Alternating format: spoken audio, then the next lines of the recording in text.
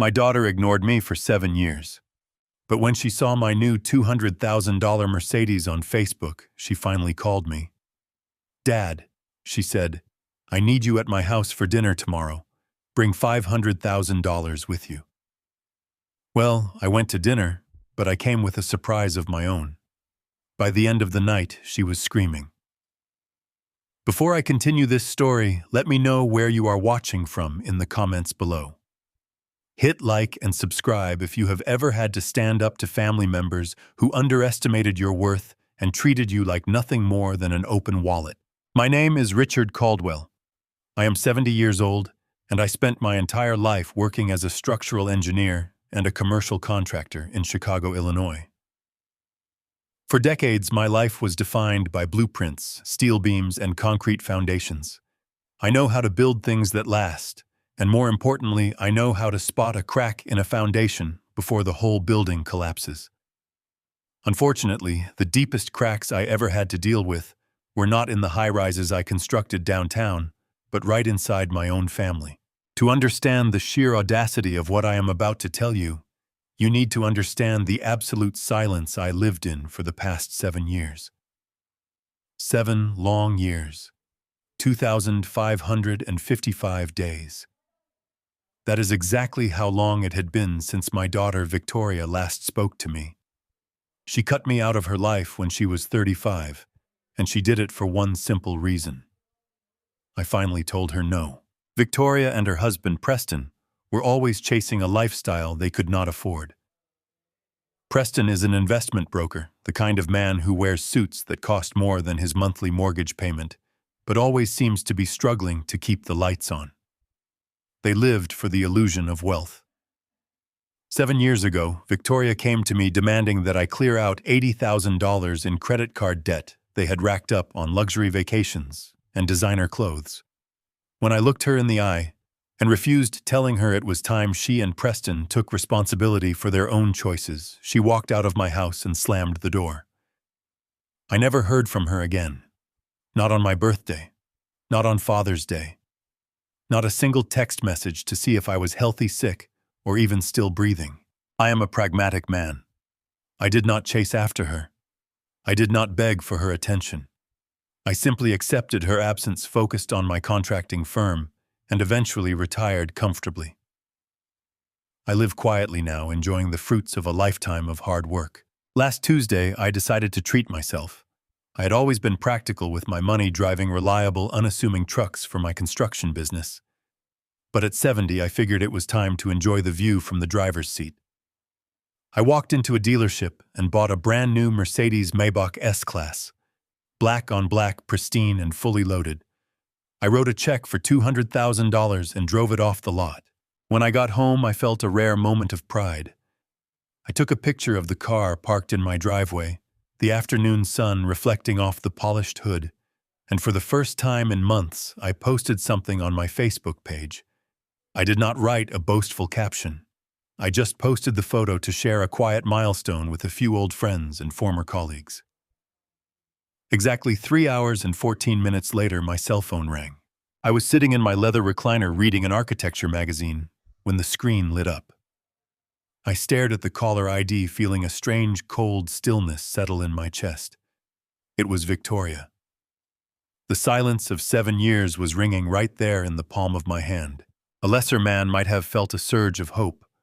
A weaker father might have thought his daughter had finally grown up, realized her mistakes, and wanted to reconnect. But I am an engineer. I look at facts, not fantasies. I knew exactly why she was calling. The timing was too precise. The bait had been cast, and the predator had immediately lunged from the shadows. I swiped the screen and brought the phone to my ear. I did not say hello. I just waited. There was no hesitation on her end. No awkward throat clearing. No apologies for the missing years. Her voice came through the speaker, crisp, cold, and dripping, with an entitlement that made my blood boil. "Dad," she said, her tone as casual as if she were ordering a cup of coffee. "I need you at my house for dinner tomorrow. Bring $500,000. I sat there in the quiet of my living room, letting her words hang in the air. Bring $500,000. Just like that. After 7 years of treating me like I was dead, her first words to me were a demand for $500,000. She did not ask how my health was. She did not ask about my life. She saw a $200,000 car on social media, did the math in her greedy head, and decided it was time to cash in on the father she had thrown away. "Did you hear me, Dad?" she snapped, clearly annoyed by my silence. "Dinner is at 7. We have important things to discuss, and I need that money. Don't be late." I could hear the arrogance in her voice. She fully expected me to cave. She expected the lonely 70-year-old grandfather to be so desperate for a crumb of her attention that I would gladly write a massive check just to be allowed back into her life. She thought I was a clueless, desperate old man waiting by the phone, but she forgot who raised her. She forgot that I spent my life calculating weight pressure and breaking points. I did not yell. I did not curse at her. I did not ask her how she had the sheer audacity to speak to me that way after 7 years. Anger is a wasted emotion when you are dealing with people who have no conscience. Instead, I leaned back in my chair, my voice completely devoid of emotion, and delivered a response that gave away nothing. "All right," I said, my tone chillingly calm. "I will be there." Before she could say another word, I hung up the phone. I tossed the device onto the coffee table and stared out the window. My heart was not broken. It was fortified. The brief moment of shock had instantly evaporated, replaced by a sharp, calculating focus. I knew this was not a family dinner. This was a shakedown. Victoria and Preston were in trouble, deep trouble, to be asking for that kind of money with such aggressive urgency. And they thought they could use me as their personal bailout fund. They thought they had trapped me. But as I sat there formulating my next moves, I knew exactly what I was going to do. They wanted to play a high-stakes game of manipulation and greed. Fine, we would play. But I was going to write the rules. I was going to show up to their pristine suburban house, sit at their fancy dining table, and deliver a reality check they would never forget. I walked over to my desk and opened the bottom drawer, pulling out a thick, leather-bound notebook where I kept all my financial contacts, legal advisors, and private investigators. If my daughter was bold enough to demand $500,000 after ignoring my existence for nearly a decade, there was a massive structural failure in her life that she was desperately trying to hide. I needed to know what it was before I stepped foot on her property. I picked up my phone again, this time dialing the direct number for my attorney, Valerie. It was time to start digging. Victoria thought she was setting a trap for a naive old man. She had no idea she had just invited a demolition expert into her home. My thumb hovered over the call button to dial Valerie, but before I could press it, a sharp chime echoed through the quiet room. A text message had just come through. I glanced at the glowing screen. It was a number I had deleted from my contacts years ago, but a meticulous engineer never forgets numbers. It was Preston, my son-in-law. The man who had spent his entire adult life riding the coattails of other people's hard work. I stared at the illuminated rectangle on my solid oak desk. For a brief, defiant second, I considered ignoring it. Victoria had already delivered her staggering ultimatum. What more could Preston possibly add to a demand for $500,000? But curiosity, that persistent itch that makes a contractor inspect a hairline fracture in a concrete pillar, got the better of me. I tapped the glass screen and opened the message. There was no formal greeting, no context, just a single photograph followed by a short, desperate caption. My breath hitched in my throat, freezing the air in my lungs. The image was of a hospital room. The harsh, sterile fluorescent lighting cast a sickly pale glow over everything in the frame. In the center of the picture, lying on a narrow bed with crisp white sheets, was a young boy. It was Leo, my grandson. He was 10 years old now, though the boy in the photograph looked much smaller, diminished by the massive, intimidating medical equipment surrounding him. The last time I saw him, he was just 3 years old. A toddler with bright, inquisitive eyes, who used to hold on to my index finger with his tiny fist. Now his eyes were closed tight. His face was unnaturally pale, almost blending in with the stark pillow beneath his head. A clear plastic tube snaked across his cheek, providing oxygen, while a thick intravenous line was taped securely to the back of his frail hand, connected to a digital monitor that glowed with jagged green numbers. Beneath the distressing photograph, Preston had typed exactly 8 words. "Save your grandson. We have no one else." I sat back in my recliner, the soft leather creaking under my sudden shift in weight. The silence of my empty house felt overwhelmingly heavy, pressing down on my shoulders. My heart, which had been beating with a slow, steady rhythm of calculated anger just moments before, now thudded wildly against my ribs. This was the exact moment the ground beneath my feet fundamentally shifted. The equation had changed drastically. This was no longer a simple matter of a spoiled, entitled daughter trying to extort her retired father because she had maxed out her credit cards again. This was a child's life. This was my blood. If Leo was truly dying, if this photograph was a genuine cry for help from a desperate family drowning in catastrophic medical debt, then the money meant absolutely nothing to me. I would gladly drain my retirement accounts, sell the new luxury car mortgage, my property, and hand over every single dime I possessed to save that boy. A grand total of $500,000 is a cheap price to pay for the breath in your grandson's lungs. For a fleeting minute, the hard, pragmatic shell I had built around myself over the last 7 years completely cracked. I felt a surge of profound, sickening guilt. Had my stubborn refusal to speak to them blinded me to their suffering? Had I been so rigid in my principles that I had left a sick child to fight for his life without his grandfather? But then the seasoned engineer in me took over. The part of my brain that analyzes load-bearing walls and structural integrity began to examine the photograph with cold, objective precision. I zoomed in on the image, scrutinizing every pixel. Preston was a man who lived for appearances.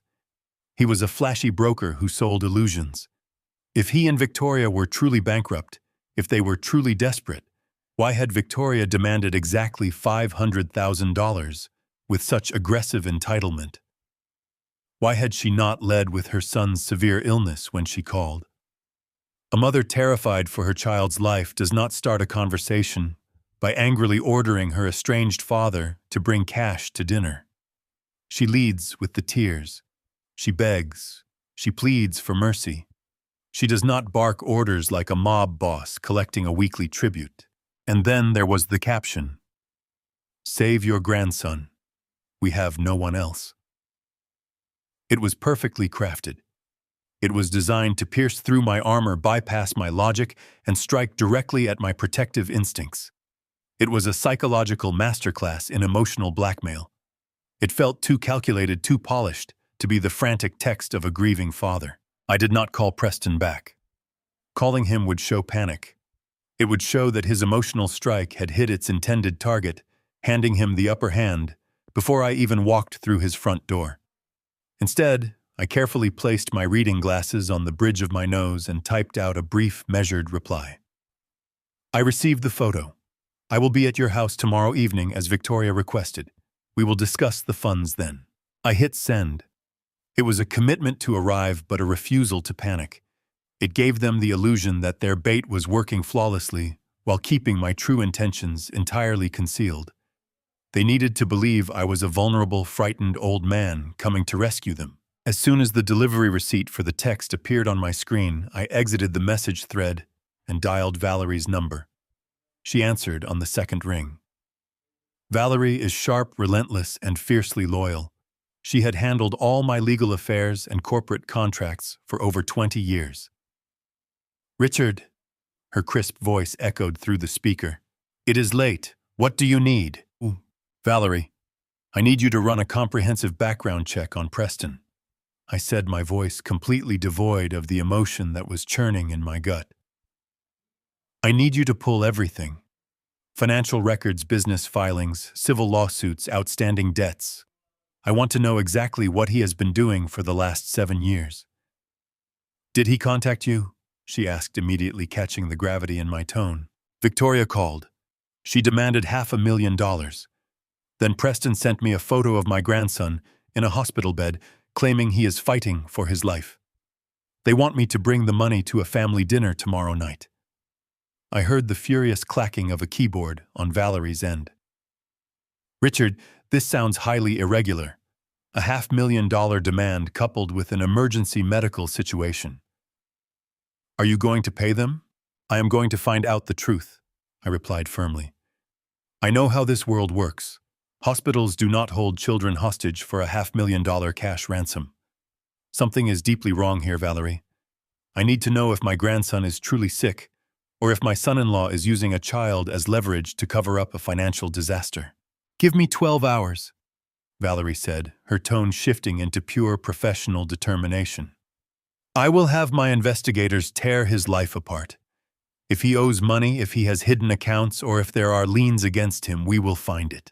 Look into the hospital records as well, I added, staring at the photo of Leo on my screen.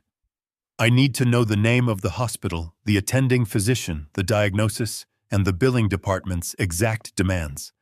I need facts, Valerie, not the story they are spinning. Understood.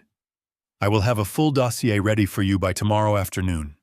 Do not sign anything when you see them, Richard. Not a single piece of paper. I have no intention of doing so, I said, feeling a cold, righteous anger finally settle in my bones. Just get me the proof. I will handle the rest. I ended the call and placed the phone face down on the desk. The silence in the room returned, but the atmosphere had entirely changed. The stakes had been raised to an unimaginable level. Victoria and Preston had thrown down the gauntlet. They thought they were reeling in a desperate, lonely grandfather. They thought their emotional blackmail would blind me to their greed. They had no idea that tomorrow night they were not going to get a victim. They were going to get an architect of their own destruction. I stood up, walked over to the window, and looked out into the dark street. The game had officially begun, and I was going to finish it on my own absolute terms. I did not have to wait long for her next move. The clock on my oak desk read 8:15 when the silence of my study was broken by the sharp chiming of an incoming video call. It was Victoria. She was not leaving anything to chance. A text message with a photograph was not enough to secure a $500,000. She needed to see my face. She needed to look into the eyes of the man she was trying to break, to measure how deep her emotional hook had sunk. I took a slow breath, adjusting my expression so to project the right amount of weary, heartbroken concern. I pressed the green button and braced myself for the performance I knew was coming. The image flickered to life, and there she was, my daughter, the face I had not seen in 7 long years. Time had matured her features, but the calculated intensity in her eyes remained exactly as I remembered. Tonight, those eyes were bloodshot and swimming with heavy tears. She was sitting in what looked like a dimly lit hospital waiting room. The background was deliberately blurry, showing only nondescript beige walls and a sliver of a generic blue chair, making it impossible to identify the location. Her hair was disheveled, and she clutched a crumpled tissue in her trembling hand. It was a masterclass in visual manipulation. If I had not spent my life analyzing structural flaws and hidden defects in concrete buildings, I might have fallen for it. I might have reached through that screen and tried to comfort my child. Before I could even offer a simple greeting, the sobbing began. It was not a quiet, dignified weep. It was a raw, breathless wail, the profound sound of a mother who had completely shattered under the crushing weight of the world. She pressed her face hard into her hands, her shoulders heaving with every simulated agonizing sob. I sat perfectly still in my leather chair, letting her control the narrative pace, waiting patiently for the fabricated story to unfold. When she finally looked up at the camera, her voice was a fragile, trembling whisper that demanded absolute sympathy. She told me a harrowing story of absolute financial ruin. According to Victoria, Preston had been viciously betrayed by the people he trusted most. His senior business partners had allegedly embezzled millions of dollars from their investment firm, completely draining the corporate accounts and vanishing without a single trace. She painted Preston not as the greedy, reckless broker I knew him to be, but as a tragic, honorable victim who had been left holding the bag for ruthless criminals. The financial fallout, she claimed, with fresh tears streaming down her cheeks, was total. They had lost everything they owned. Their savings accounts were gone. Their credit score was destroyed. They were facing imminent bankruptcy, and to make matters worse, Preston's corporate health insurance policy had been abruptly terminated the exact moment the firm collapsed. They were destitute, terrified, and entirely alone. I listened to every single word with quiet, unwavering intensity. I nodded slowly, offering soft, measured murmurs of grandfatherly sympathy, never once interrupting her carefully rehearsed monologue. I knew that a desperate man fighting off intense federal investigations and violent loan sharks would absolutely spin a dramatic tale of corporate betrayal to save his own face. But the financial ruin was only the foundation of her elaborate lie. Now came the crushing emotional payload. Victoria wiped her eyes, taking a deep, shuddering breath before delivering the horrific news about Leo. She told me that just 3 weeks ago, my energetic grandson had started showing severe, unexplained bruises and suffering from extreme exhaustion. She described in agonizing detail the frantic trips to the pediatrician, the sleepless wait for the blood test results, and the devastating moment the senior oncologist sat them down in a cold, sterile office. Leo, she claimed, with a perfectly timed break in her voice, had been officially diagnosed with a rare, incredibly aggressive form of acute leukemia. The disease was moving incredibly fast, much faster than the medical team had anticipated. The standard chemotherapy protocols were completely failing to halt the cancer. The absolute only chance my grandson had left the singular medical option to save his precious life was an immediate, highly specialized bone marrow transplant. But there was a massive, terrifying obstacle standing in their way. Because they were entirely uninsured and officially bankrupt, the hospital administration was heartlessly refusing to schedule the emergency procedure. Victoria looked directly into the camera lens, her face twisted in a flawless mask of absolute desperation. She told me the medical board required a massive, non-negotiable upfront cash deposit to secure the surgical team, procure the donor marrow, and guarantee the intensive post-operative care. The required deposit was exactly $500,000. The sheer precision of the monetary amount was almost insulting to my intelligence. Real hospitals negotiate with desperate parents. Real hospitals set up complex payment plans or assist with emergency charity grants. They do not demand $500,000 in cold, hard liquid cash to save a dying 10-year-old boy before allowing a surgeon to scrub in. It was a flawless cinematic script entirely designed for a highly gullible, emotionally compromised audience. Then came the true vicious weaponization of our shared history. Having carefully laid out the tragic circumstances, Victoria pivoted seamlessly from a grieving mother to a righteous, furious accuser. She leaned closer to the camera, her projected sorrow instantly hardening into a sharp, bitter resentment. She reminded me, her voice dripping with venom, of the exact day she walked out of my house 7 years ago. She explicitly and aggressively blamed me for her current nightmarish tragedy. She told me that if I had not been so incredibly cruel, if I had not selfishly cut her off and stubbornly refused to pay her credit card debts back then, she and Preston would never have been forced into business with those deceitful partners in the first place. She twisted the narrative so efficiently that my simple refusal to enable her toxic spending was suddenly the direct cause of my grandson's terminal cancer. It was breathtakingly malicious. And then she went straight for the throat. She mentioned the photograph I had posted on the internet just a few short hours earlier. She told me she had clearly seen the brand new $200,000 Maybach sitting in my driveway. She said I had the wealth to buy a useless luxury car, while my own flesh and blood was quietly withering away in a sterile hospital bed. She raised her voice, her tears returning with a fierce, angry intensity. She told me I could not let him die. She screamed that I owed this money to her, to little Leo, and to the sacred memory of my late wife. She ordered me to bring the certified check to their house tomorrow night. I maintained a look of profound, shattered sorrow. I nodded slowly, deliberately, swallowing hard. I told her that I would be there tomorrow at exactly 7 in the evening and I would bring the money. I told her that I would be there tomorrow at exactly 7 in the evening and I would bring the money. The moment those words left my lips, I made sure to let my voice crack just enough to sell the performance. I reached up and pinched the bridge of my nose, forcing my eyes to water. I squeezed my eyelids shut until a single authentic-looking tear rolled down my weathered cheek. It is a trick I learned decades ago when trying to negotiate sympathy from stubborn city zoning inspectors, and it worked flawlessly on my greedy daughter. I leaned closer to the screen, adopting the posture of a defeated, lonely old man whose pride had finally been broken by the unbearable weight of a family tragedy. I told her how deeply sorry I was for the lost years. I apologized for being so stubborn, for letting a foolish argument over credit cards keep me away from my only grandchild.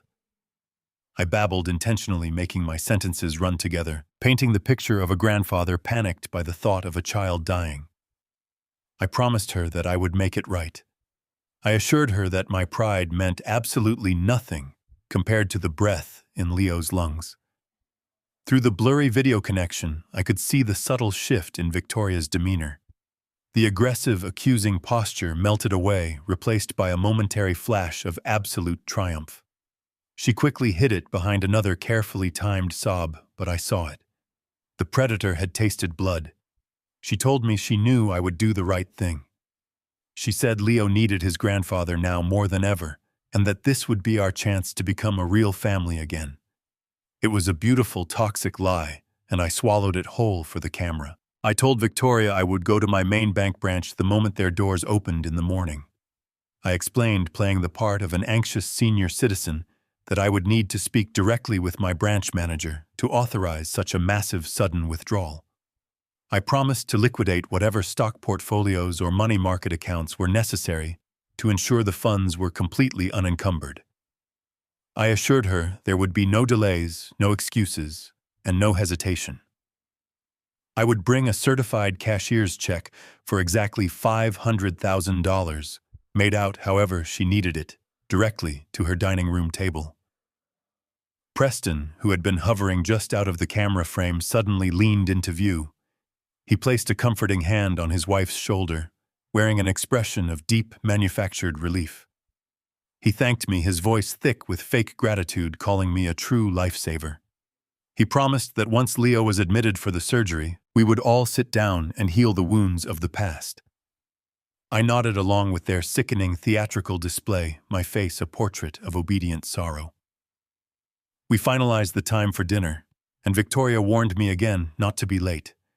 The hospital administration was waiting, she reminded me. I gave her one last tearful nod, and she disconnected the call. The screen went completely black, plunging my quiet study back into shadows.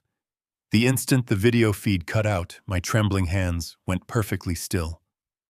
The hunched, defeated posture of a lonely old man vanished. My spine straightened. My breathing slowed to a calm, measured rhythm.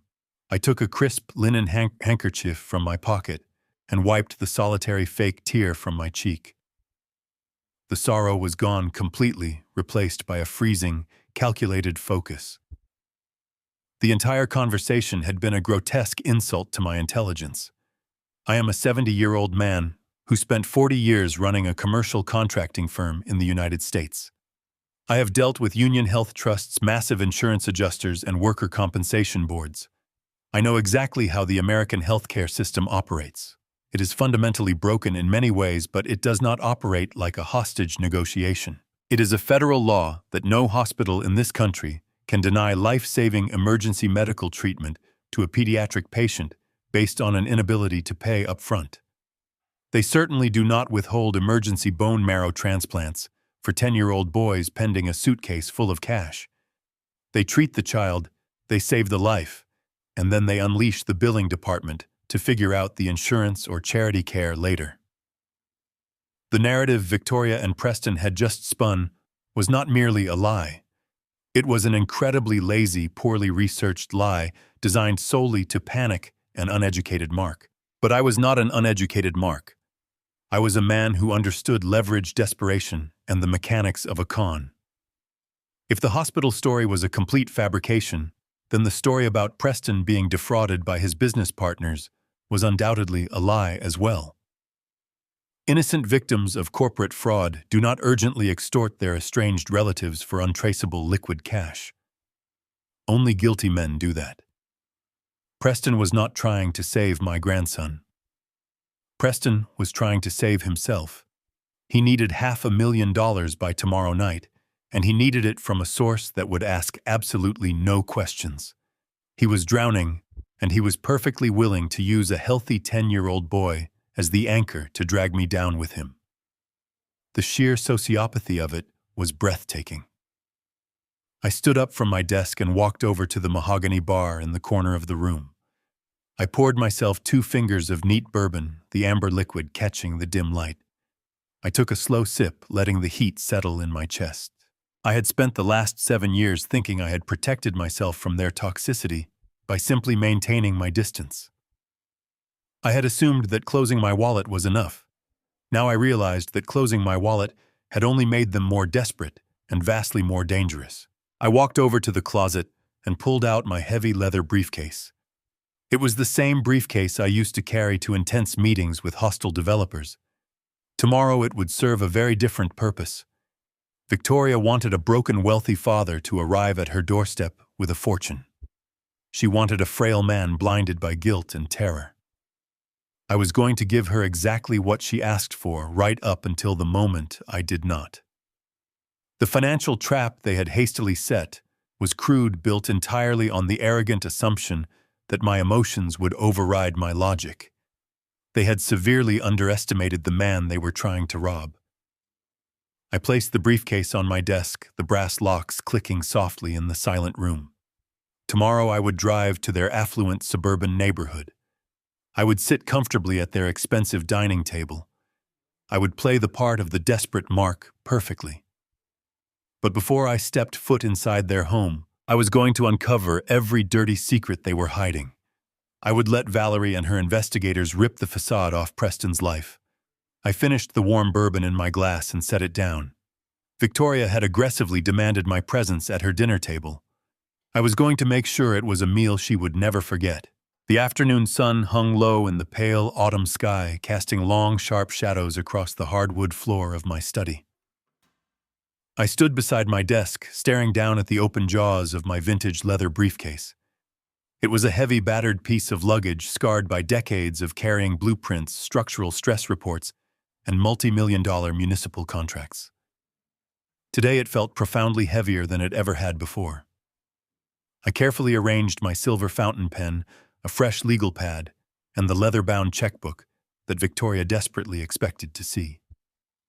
I smoothed my hand over the worn brass latches, securing them with a satisfying, definitive click. This briefcase had always been a dedicated tool for building things. Tonight it would serve as an uncompromising instrument of demolition. I picked it up, feeling the familiar weight anchor my resolve, and walked out the front door into the crisp, biting air. The drive to Victoria's house was supposed to take exactly 45 minutes. I allotted myself over 2.5 hours. My newly purchased black Mercedes Maybach sat gleaming in the circular driveway, an undeniable symbol of the wealth my daughter felt so violently entitled to claim. I opened the heavy door and slid into the driver's seat. The cabin was a magnificent sanctuary of soft leather and absolute silence, entirely insulated from the noise of the outside world. As I pressed the ignition button, the powerful engine roared to life with barely a whisper reaching my ears.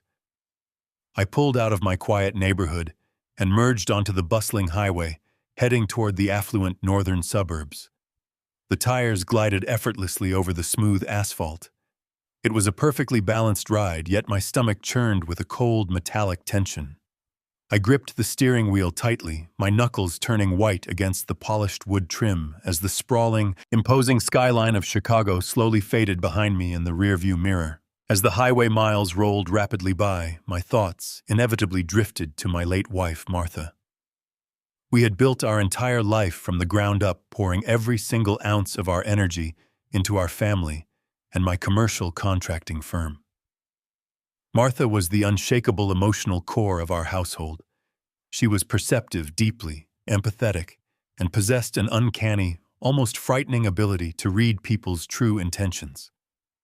Long before I was ever willing to admit it to myself, Martha saw the subtle, creeping signs of Victoria's insatiable greed. I vividly remembered a specific conversation we had in our kitchen nearly 15 years ago. Victoria had just graduated from college and immediately demanded that we buy her a luxury sports car to celebrate her new social status. I had strongly considered doing it, wanting to reward her academic success and make her happy. But Martha had placed a gentle, firm hand over mine and slowly shaken her head. She warned me that Victoria viewed our parental love strictly as a financial transaction.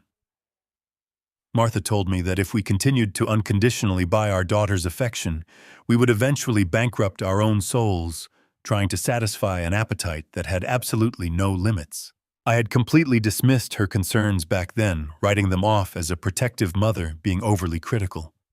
I desperately wanted to believe the absolute best about my only child.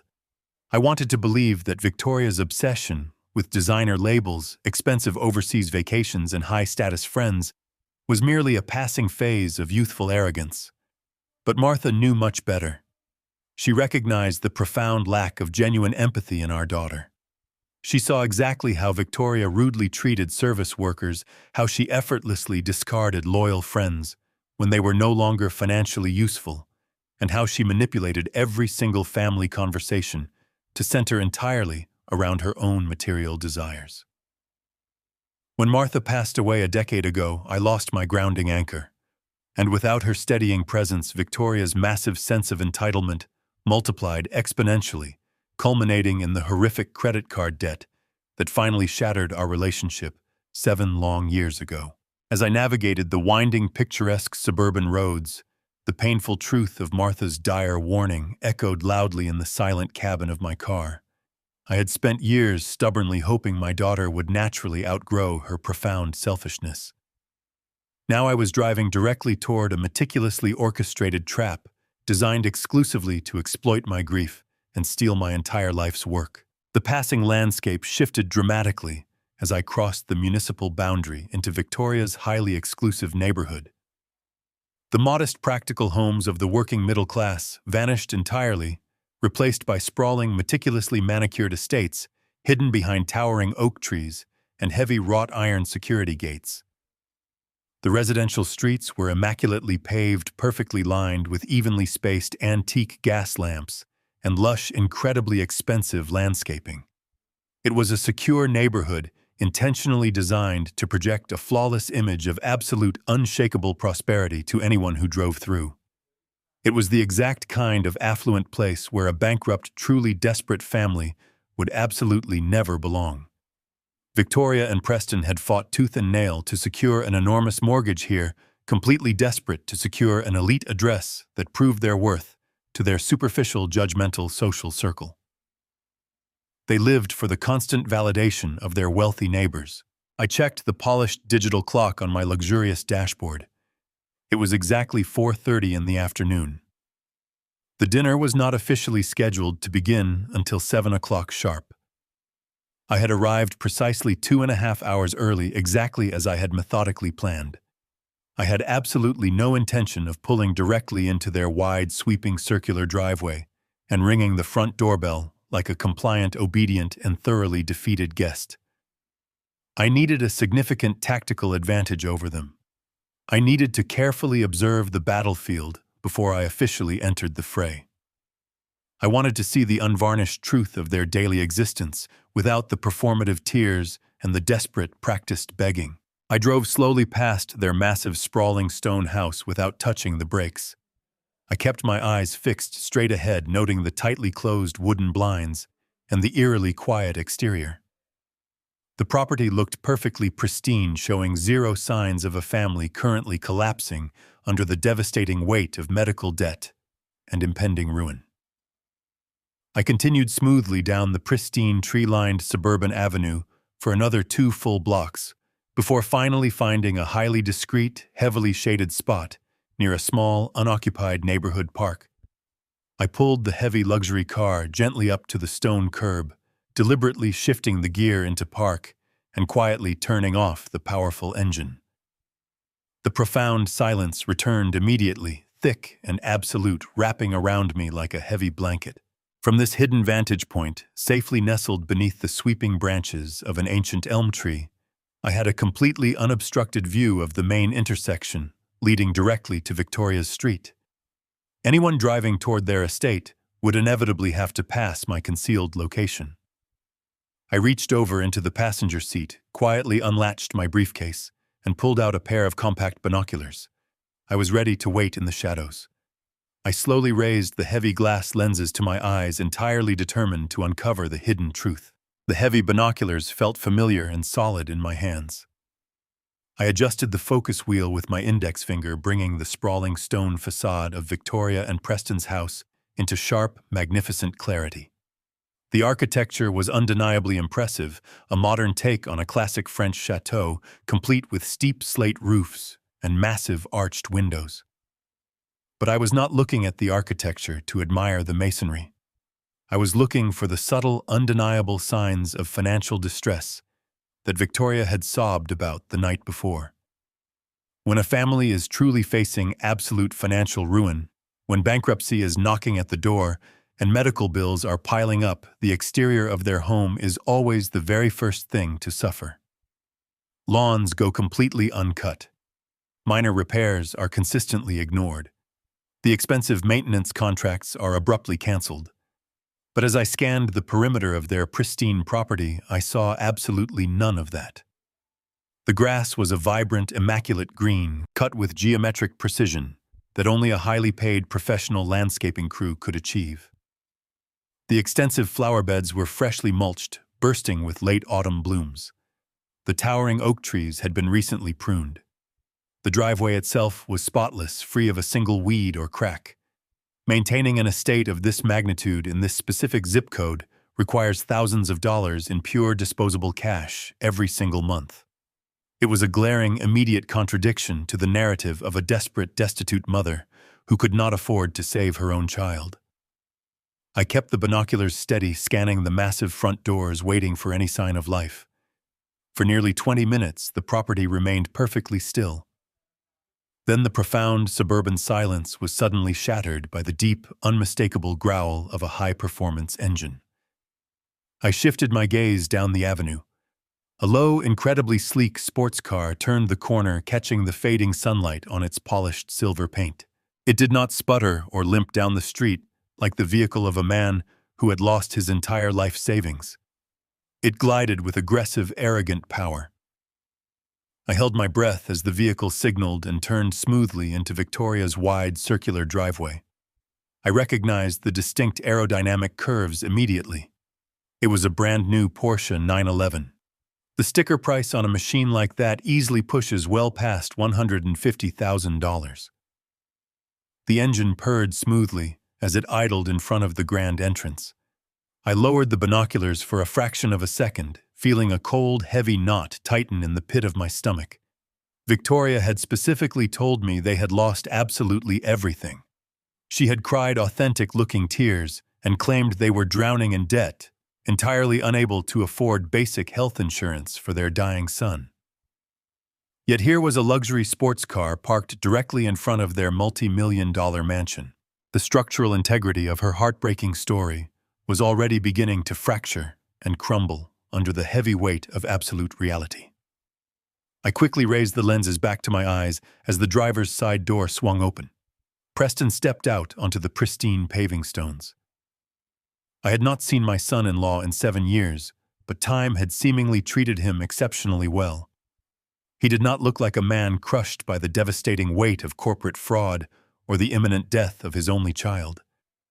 He was dressed in a perfectly tailored navy blue suit that hugged his shoulders, complete with a crisp white shirt and a silk tie. His hair was meticulously styled. His posture was upright, radiating a smug, casual confidence. He did not rush frantically toward the front door to check on his critically ill son. Instead, he took his time casually adjusting his expensive suit jacket before reaching back into the luxurious interior of the sports car. When he stood back up, my jaw tightened. Preston was holding several thick, glossy shopping bags. The high-resolution lenses of my binoculars brought the distinctive logos into sharp, undeniable focus. I could clearly read the bold, elegant lettering on the largest bag. It was Tom Ford. A single suit from that designer costs more than a struggling family makes in a month. But it was the second, smaller bag dangling from his manicured fingers that sent a surge of pure, icy fury rushing through my veins. It was a distinctively heavy, dark green bag, adorned with a tiny golden crown. It was Rolex.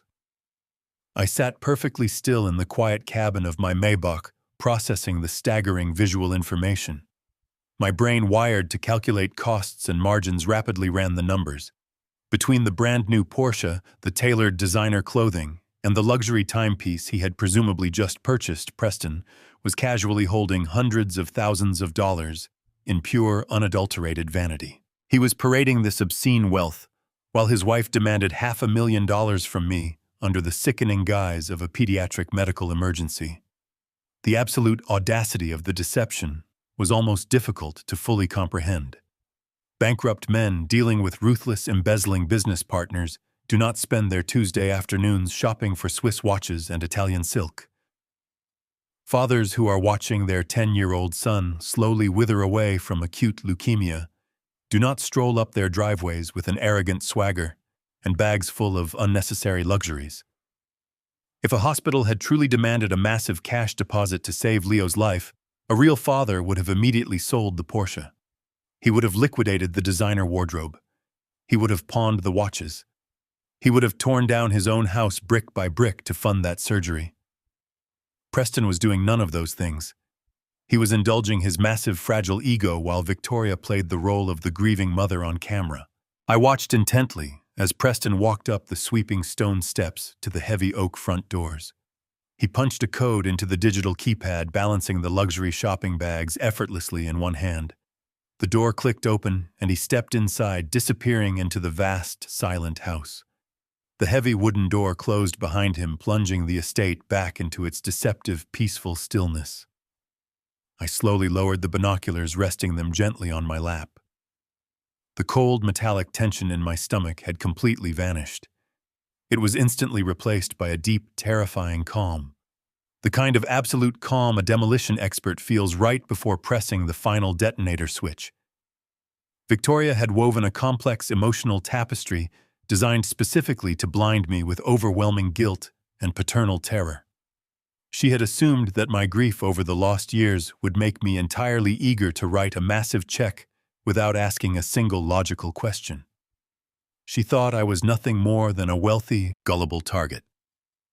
They had made a catastrophic miscalculation. They had constructed a massive lie upon a fundamentally flawed foundation.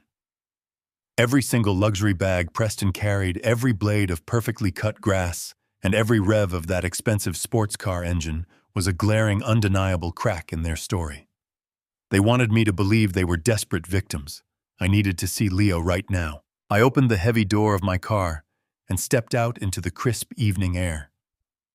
The sun was dipping below the horizon, casting long, dark shadows across the manicured lawns. I left the heavy leather briefcase sitting on the passenger seat. I would not need my checkbook for this next phase of the investigation. I only needed my eyes. I slipped my binoculars into the deep pocket of my wool coat and quietly closed the car door, ensuring the latch caught without a sound. Affluent neighborhoods like this one are designed with strict privacy in mind, heavily relying on dense natural barriers to separate the sprawling estates. I knew this because I had spent 40 years building commercial properties around these exact zoning laws. Between Victoria's property and the adjacent estate sat a wide, heavily wooded easement. It was a dense line of mature evergreen trees and thick ornamental shrubs intentionally planted to block sightlines from the street to the backyards. It was the perfect cover for an old man who needed to see the truth without being seen. I crossed the quiet street, my footsteps completely muffled by the soft, damp grass of the easement. I moved with slow, deliberate precision. I carefully navigated through the dense foliage, pushing aside the heavy, damp branches of spruce and cedar. The air smelled of wet earth and decaying autumn leaves. My heart beat with a steady rhythmic thud against my ribs. I was not nervous. I was deeply, profoundly focused. The anger that had flared when I saw the sports car and the designer shopping bags had distilled into a sharp, icy clarity. I navigated the uneven ground, avoiding dry twigs that would snap and betray my position. As I moved deeper into the tree line, the sounds of the neighborhood began to shift. The distant hum of highway traffic faded away, replaced by the distinct, immediate noises of a luxurious suburban evening. I could hear the faint, rhythmic splashing of a pool filter. I heard the sudden, sharp thwack of aluminum striking a solid object. I froze instantly. That sound did not belong in a household paralyzed by catastrophic illness. It was a sound full of life, full of aggressive kinetic energy. I crept forward until I reached the final barrier of thick arborvitae shrubs that bordered the rear of their massive property. I carefully parted the dense green needles and peered through the narrow gap. My eyes immediately swept across the expansive backyard. It was a masterpiece of expensive landscape architecture. There was a massive custom-built outdoor kitchen gleaming with stainless steel appliances, a large heated swimming pool glowing with underwater lights, and a sprawling expanse of perfectly level bright green turf. And right in the center of that immaculate lawn was the boy. I raised the binoculars to my eyes, adjusting the focus dial until the image was sharp and undeniable. It was Leo, my grandson. The boy Victoria had tearfully claimed was currently wasting away in a sterile hospital bed, dying rapidly from acute leukemia. The boy who supposedly needed an emergency $500,000 bone marrow transplant just to survive the month. I stared through the glass lenses, completely unable to blink. Leo was not bedridden. He was not attached to a maze of clear plastic intravenous lines. He was not pale, frail, or fighting for his next breath. He was the absolute picture of vibrant, explosive childhood health. He was wearing a bright red baseball jersey, grass-stained athletic pants, and a baseball cap pulled down low over his thick, full head of dark hair. He was sprinting across the lawn with boundless, reckless energy. He tossed a baseball high into the cool evening air, gripped his aluminum bat with both hands, and swung with vicious, uninhibited force. The sharp crack echoed across the yard as the ball sailed over the pool. Leo laughed loudly, a bright, joyous sound that cut through the crisp air. He sprinted after the ball, his cheeks flushed and rosy from the physical exertion. There were no mysterious, unexplained bruises on his arms. There was no lethargy in his swift movements. He was simply a normal, healthy, deeply energetic 10-year-old boy enjoying a peaceful autumn evening in his luxurious backyard. I watched him retrieve the ball and jog back to his starting position, completely oblivious to the horrific, manipulative narrative his parents had woven around his very existence. My mind rapidly processed the overwhelming visual evidence. The photograph Preston had sent me the night before, the terrifying image of a small, pale boy hooked up to medical monitors, had to be a complete fabrication. It was likely a deeply buried picture from years ago, perhaps when Leo had his tonsils removed or suffered a severe childhood flu. They had deliberately weaponized an old memory, or worse, completely staged a new one, to strike directly at my absolute deepest vulnerabilities. The sheer, unadulterated sociopathy of their plan was staggering to witness. It takes a profound level of moral bankruptcy to lie about your own financial ruin, to steal money from your father. But to actively use your own healthy child as bait to forcefully manufacture a fake terminal pediatric cancer diagnosis just to extort a $500,000 ransom from a grieving grandfather was a level of evil that defied basic human comprehension. Victoria and Preston were not just greedy. They were entirely void of conscience.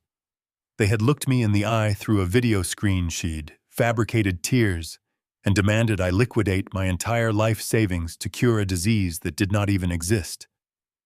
They were actively gambling with the emotional devastation of their own family simply to fund their luxury car payments and designer shopping habits. They viewed me as nothing more than an incredibly wealthy, easily manipulated bank account, and they viewed their own son as nothing more than the perfect, undeniable leverage to force that bank account open. I stood hidden in the darkening shadows of the tree line watching my healthy grandson swing his bat once more. A profound, terrifying calmness settled over my entire being. The lingering traces of paternal sympathy I might have harbored for Victoria evaporated into the cold night air, never to return. I lowered the binoculars and carefully backed away from the arbor vitae hedge, letting the thick green branches close completely behind me. I retraced my steps through the dense residential easement, moving with the same silent, methodical precision that had brought me safely there. The anger inside me was no longer a hot, blinding flash. It was a deeply entrenched, freezing, absolute certainty. I walked out of the tree line and stepped back onto the quiet, smoothly paved street. The decorative streetlights had flickered softly to life, casting pools of warm yellow light on the dark asphalt. I walked the 2 short blocks back to where my car was securely parked, my mind already organizing the exact sequence of events for our approaching dinner. I reached the Maybach, opened the heavy door, and slid back into the driver's seat. I placed the binoculars aside and started the powerful engine to drive quietly back home. The low hum of the Maybach engine filled the cabin, a steady vibration that usually brought me a deep sense of absolute peace. My hand rested firmly on the polished gear shift, ready to slide it into drive and leave this false neighborhood of illusions behind. But as I stared through the pristine windshield at the darkening street, a persistent, gnawing thought anchored me to the spot. I had seen the physical evidence of their deception. I knew my grandson was healthy. I knew the medical emergency was a complete fabrication. But the seasoned structural engineer in my mind demanded more than just visual proof of a surface fracture. When a load-bearing column cracks, you do not just walk away after seeing the damage. You dig deep into the foundation to find out exactly what caused the stress in the first place. I needed to understand the exact origin of the $500,000 figure. The sheer precision of that number had bothered me from the very first phone call. It was too specific, too rigid. I took my hand off the gear shift and pressed the ignition button immediately, killing the powerful engine. The dashboard lights faded to black. I stepped back out into the biting autumn air, quietly closing the heavy car door. The suburban street was silent, bathed in the soft glow of the decorative gas lamps. I retraced my steps down the paved sidewalk, my leather shoes making absolutely no sound. I reached the heavily wooded easement that separated Victoria's property from her neighbors and slipped back into the deep shadows. The smell of damp earth and crushed pine needles filled my lungs. This time I moved with greater caution, navigating the uneven ground until I reached the thick wall of arborvitae shrubs that bordered their massive backyard. I parted the green branches and peered through the narrow gap. The sprawling lawn was now empty. Little Leo had apparently finished his batting practice and gone inside for the evening. The massive outdoor kitchen sat unused in the twilight. But my attention was immediately drawn to the expansive stone patio attached to the rear of the house. A set of elegant French doors stood partially open, spilling a wide rectangle of warm golden light onto the dark paving stones. The velvet curtains were drawn back, allowing the evening breeze to circulate through the house. I slipped quietly through the hedgerow, stepping onto the soft turf of their backyard. I kept my body pressed tight against the deep shadows cast by a towering oak tree, moving with a deliberate grace that belied my 70 years. I closed the distance between the tree line and the patio, masking my approach in the gathering darkness. As I crept closer to the open French doors, a voice drifted out into the crisp night air. It was Preston. The tone of his voice was entirely different from the arrogant confidence I had witnessed in the driveway just an hour earlier. Gone was the swagger of the man carrying designer bags and wearing a new luxury watch. The voice I heard now was tight, frantic, and laced with unmistakable terror. He was pacing back and forth across the hardwood floor of what appeared to be a home office, his silhouette occasionally blocking the light spilling onto the patio. He was holding a cell phone pressed tightly to his ear, his free hand raking frantically through his styled hair. I pressed my back against the stone facade of the house, positioning myself just inches from the open door. I controlled my breathing, making absolutely no sound as I listened to the unraveling of my son-in-law.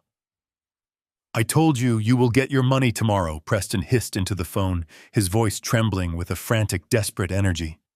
"The old fool is bringing the $500,000 tonight.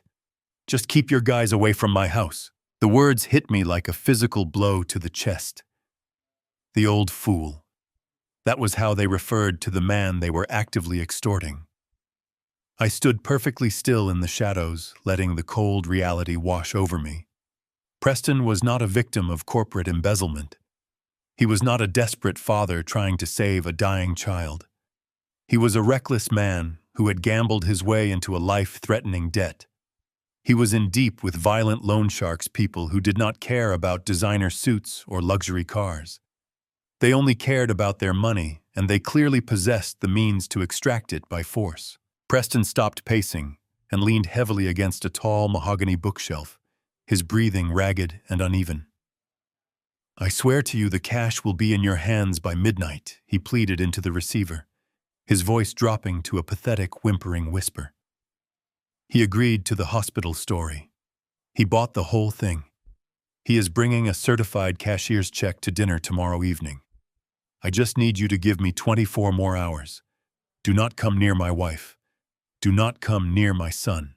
He stood there for another moment, listening to the voice on the other end of the line before abruptly pulling the phone away from his ear.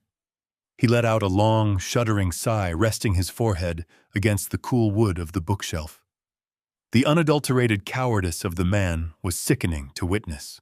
The final missing piece of the puzzle slotted perfectly into place, completing a picture of staggering moral decay. Victoria and Preston were not simply greedy. They were cornered, desperate animals willing to sacrifice anyone to save their own skin.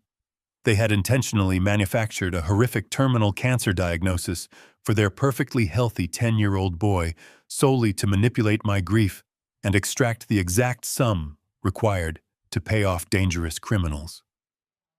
They were actively using me as a human shield, placing me directly between themselves and the violent consequences of their own catastrophic decisions. The calculated fury that had been slowly building inside me finally crystallized into an unbreakable, freezing resolve. I did not feel a single ounce of paternal sympathy for my daughter's impending ruin. I did not feel any pity for the terrified man cowering inside that expensive house. They had chosen to invite these dangerous elements into their lives, and they had chosen to use my grandson as emotional leverage to fund their escape. I pushed away from the stone wall and retreated across the dark lawn. I slipped through the wall of arborvitae shrubs and navigated the heavily wooded easement with the practiced ease of a man who knew exactly where he was going. I walked back to my car, my footsteps echoing softly against the pavement. I opened the heavy door of the Maybach and settled into the luxurious leather seat. I started the engine, the quiet purr matching the steady, unrelenting rhythm of my own heart. Tomorrow night, I would confidently walk into their dining room and play the role of the broken grandfather one last time. But I was certainly not bringing salvation. I was bringing uncompromising destruction to the thieves who tried to steal my soul. The digital clock on my dashboard read 6:45. I had initially planned to drive back to my empty house to sit in the quiet darkness of my study and to meticulously prepare myself mentally for the performance they expected the following evening. But the adrenaline surging through my veins demanded immediate, decisive action. Returning to a silent, empty house was no longer an option. The timeline had shifted. Preston had explicitly stated he needed the money by tomorrow night to pacify violent criminals. He was operating on a razor-thin margin of error, pushed entirely to the brink by his own reckless greed. If I wanted to dismantle their scheme completely and permanently, I needed the full weight of the law and absolute financial leverage firmly in my hands before I ever stepped foot inside their dining room. I gripped the steering wheel and pressed my foot down on the accelerator. The heavy car surged forward effortlessly, eating up the smooth suburban miles as I navigated toward the highway on ramp. I pressed a button on the steering column, activating the hands-free communication system. The speakers softly chimed before the line began to ring. I was calling Valerie. She was my lead corporate attorney, a brilliant, ruthlessly efficient woman who had spent 2 decades fiercely protecting my company from predatory competitors and frivolous lawsuits. She was not a lawyer who kept standard office hours. She lived for the fight. The call connected on the second ring. Her voice filled the quiet cabin crisp and immediately alert. She asked me what was wrong, instantly recognizing that a phone call at this hour meant an escalation in our situation. I kept my eyes fixed on the red taillights of the traffic ahead, my voice steady and entirely devoid of the raw emotion that had been suffocating me just an hour earlier. I told her the medical emergency was a complete fabrication. I told her I had just watched my supposedly dying grandson hitting baseballs in a luxury backyard while his father carried designer shopping bags inside. There was a sharp intake of breath on her end of the line. Before she could offer a sympathetic platitude, I cut her off. I told her I was currently driving south on the interstate, heading directly toward downtown Chicago. I instructed her to meet me at her office immediately, telling her we needed to launch a full-scale investigation tonight. She simply said she would have the coffee ready and ended the call. The drive into the city was a blur of neon lights and towering concrete structures. The closer I got to the downtown financial district, the more the sprawling urban landscape mirrored the cold, mechanical logic forming in my mind. Victoria had always viewed my wealth as an endless river of unearned privilege, failing entirely to understand the decades of grueling labor, the sleepless nights, and the ruthless legal battles required to build and protect an empire.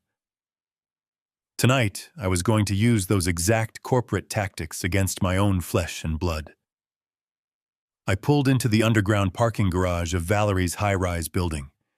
The subterranean concrete cavern was mostly empty at this hour, echoing softly with the hum of ventilation fans. I parked the vehicle, grabbed my heavy leather briefcase from the passenger seat, and strode purposefully toward the private elevator banks. I rode the elevator up to the 42nd floor in absolute silence. The polished steel doors glided open, revealing a sprawling, immaculate reception area. The firm was officially closed for the evening. The overhead lights dimmed to a soft, ambient glow, but the heavy glass doors to Valerie's corner office were wide open. Bright, harsh light spilled out into the hallway, illuminating her silhouette. She was standing behind her massive desk, surrounded by tall stacks of legal files and glowing computer monitors. She looked up as I entered the room, her expression a mask of pure professional intensity. I set my briefcase heavily onto the polished conference table and took a seat. I did not waste time with pleasantries or preliminary small talk. I laid out every single detail of what I had seen and heard over the past 2 hours. I described the brand new sports car, the luxury shopping bags, and the flawless landscaping that directly contradicted their claims of impending bankruptcy. I told her about watching Leo run across the grass full of life, swinging a baseball bat with the raw energy of a perfectly healthy child. And finally, I recounted the frantic, terrified telephone conversation I had eavesdropped on from the shadows of their stone patio. I told her Preston was deeply indebted to violent loan sharks, that he was desperate for exactly $500,000 to save his own life, and that he was actively using his wife and son as a psychological weapon to force me into paying his criminal debts. Valerie sat completely still, listening to my methodical recounting of the betrayal with cold, calculating precision. When I finished speaking, she leaned back in her chair, shaking her head in a mixture of disbelief and utter disgust. She told me she had seen many families destroy each other over money, but faking a pediatric cancer diagnosis to pay off an underworld syndicate was a level of depravity she had never encountered in all her years of practice. She asked me what my ultimate goal was for the dinner tomorrow night. I looked her directly in the eyes. I told her I wanted to strip them of absolutely everything. I wanted to expose their lies so thoroughly and completely that they would never be able to manipulate another human being again. I wanted the undeniable documented proof of their financial crimes printed on paper, ready to drop on their expensive dining room table. Valerie nodded sharply, completely understanding the assignment. She immediately turned toward her primary computer monitor, her fingers flying rapidly across the keyboard as she initiated a comprehensive background blitz. She told me she was bypassing standard protocols and directly accessing private forensic databases. We were going to track every single shell company offshore account and delinquent loan associated with Preston's name. She engaged two of her most discreet, highly skilled private investigators, actively directing them to follow the digital money trail leading to the illicit syndicate. We worked together in absolute silence for the next several hours, piecing together the fragmented ruins of my son-in-law's disastrous financial life. The mounting evidence was undeniably damning. The sheer volume of hidden debt and fraudulent activity painted a horrifying picture of a man who had completely destroyed his own world. I sat back, watching the printer methodically spit out page after page of undeniable financial records. I carefully gathered the warm sheets of paper, slipping them securely inside my heavy leather briefcase. The elaborate trap they had so arrogantly set for me was now entirely dismantled. Tomorrow evening, when I walked into their luxurious home, I would absolutely not be the vulnerable, desperate victim they expected. I would be the architect of their ultimate, inescapable ruin, and I was going to tear down their corrupt empire. The low hum of the heavy printers in Valerie's corner office provided a steady, relentless rhythm to the unfolding disaster. It was past 2 in the cold morning, and the towering glass windows offered a panoramic view of the sleeping city. I stood near the glass watching the scattered lights of Chicago, while Valerie sat hunched over her glowing monitors. Her forensic team had been working relentlessly, bypassing standard firewalls to dig into the deepest corners of my son-in-law's professional life. What they found was not a simple story of a failing business. It was a complex web of criminal deceit. Valerie pushed her chair back, running a tired hand through her hair. She gestured for me to return to the table, her expression grim. The compiled documents were meticulously organized, detailing the absolute magnitude of Preston's deception. Victoria had sat on that video call and tearfully sworn her husband was an innocent victim, brutally defrauded by his senior partners. That was the very first monumental lie we systematically dismantled. Preston was not a victim. He was the sole architect of his own destruction. Valerie handed me a stack of bank statements and wire logs. She explained with cold legal precision that Preston never actually invested his client's capital. For 4 years, he had been running a classic fraudulent Ponzi scheme out of his boutique brokerage firm. He had been taking millions from new investors using that fresh capital to pay artificially high returns to older clients. It was a desperate juggling act designed to fund his massive suburban mortgage luxury cars and his wife's insatiable shopping habits. He built a wealthy facade on pure theft, but a Ponzi scheme requires a constant, never-ending influx of new money to stay afloat. A few months ago, the well suddenly ran dry. The market shifted, new investors stopped walking through his doors, and old investors began aggressively demanding their principal capital back. Preston panicked. He was hemorrhaging cash, and his fraudulent house of cards was rapidly collapsing. That was when he made the fatal, catastrophic mistake of seeking capital from the absolute worst kind of people. I flipped through the next set of documents, my stomach turning, as I recognized the names of the shell companies Valerie flagged. They were known fronts for a violent, organized criminal syndicate operating out of the Midwest. Preston had recklessly accepted a massive influx of illicit cash, essentially agreeing to launder dirty money through his seemingly legitimate investment firm. He took their capital to temporarily plug the gaping holes in his Ponzi scheme, foolishly believing he could magically generate enough legitimate profit to pay the syndicate back before they noticed. He was playing a deadly game with men who do not accept excuses or apologies. Valerie leaned across the table, tapping a rigid finger against a heavily redacted federal document, her contacts pulled from a secure database. She told me the situation was significantly worse than angry loan sharks. Preston's frantic movement of millions across international borders triggered massive red flags within the banking system. The Internal Revenue Service and the Federal Bureau of Investigation had been quietly building a massive criminal case against him for the better part of 6 months. They had already secured sealed federal indictments. Just 3 days ago, the government initiated their final takedown protocol. The FBI secretly froze every single one of Preston's legitimate bank accounts. They locked down his brokerage assets, completely cutting off his access to the financial system. He was entirely trapped. He had no way to access funds, no way to flee the country, and absolutely no way to pay back the criminal syndicate that was currently threatening his life. The scale of the reality settled heavily over my shoulders. I sat back in the leather chair, staring blindly at the terrifying financial records scattered across the polished wood.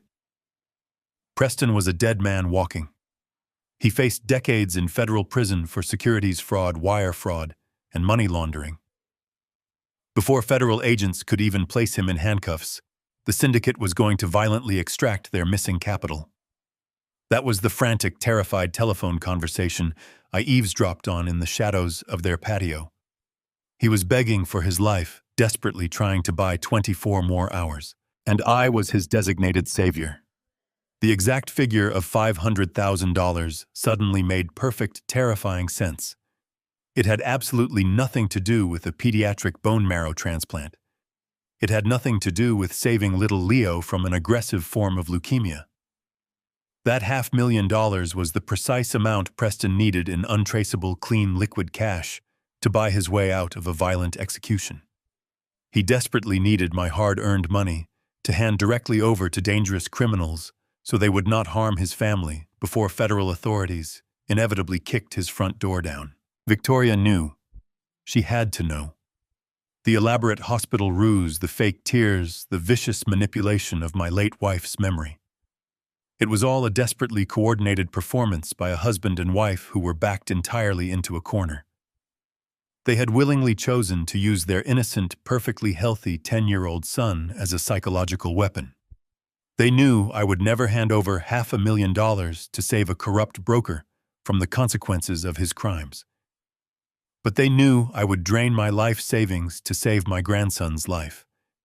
They were actively weaponizing my paternal love, intending to steal my wealth and hand it directly over to violent criminals, all while knowing Preston was going to federal prison anyway. I felt a cold, calculated fury settle deep into my bones. It was a clarifying, absolute anger that burned away any remaining lingering doubts. I methodically stacked the printed evidence, ensuring every single financial record, every frozen account notification, and every documented lie was perfectly aligned. I slipped the heavy stack of papers into my worn leather briefcase, securing the brass latches with a loud, definitive click that echoed through the quiet office. Valerie watched me pack the documents, her arms crossed firmly over her chest.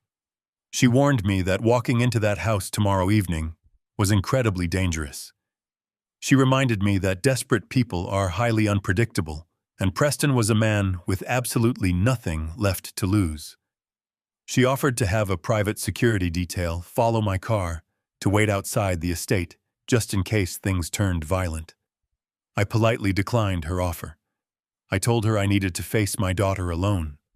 I needed to sit across from them, look them in the eyes, and systematically dismantle their reality. I completely thanked Valerie for her relentless work and carried my heavy leather briefcase out of the very quiet glass office. I slowly rode the steel elevator down to the silent parking garage, the absolute weight of undeniable evidence anchoring my fierce resolve. As I drove the Maybach back to my empty home, the eastern sky was just beginning to lighten with the faint, cold colors of dawn. The game of manipulation was officially over. Tonight I was going to serve them a dinner of pure, unadulterated truth. The eastern sky had brightened into a pale slate gray by the time I pulled the Maybach into my driveway. The crisp morning air bit at my face as I carried the heavy leather briefcase up the front steps and unlocked the door to my silent, empty house. I did not feel the physical exhaustion of having stayed awake all night in a downtown office. I felt an incredible surging energy fueled by the sheer magnitude of the betrayal I had just uncovered. I walked directly into my study, placing the briefcase carefully on the center of my oak desk. Inside that battered leather sat the complete, undeniable destruction of Preston's fraudulent empire. I had the bank records, the federal freeze notifications, and the paper trail proving his fatal connection to a violent underworld syndicate. I went upstairs, took a long, hot shower, and methodically prepared myself for the day. I dressed in my sharpest charcoal suit, tying my silk tie with meticulous precision. I wanted to look exactly like the formidable, wealthy patriarch they so desperately needed me to be. I spent the afternoon organizing the documents, preparing the sequence of my confrontation. But at exactly 3 in the afternoon, just hours before I was scheduled to leave for their suburban estate, my cellular phone rang. It was Valerie.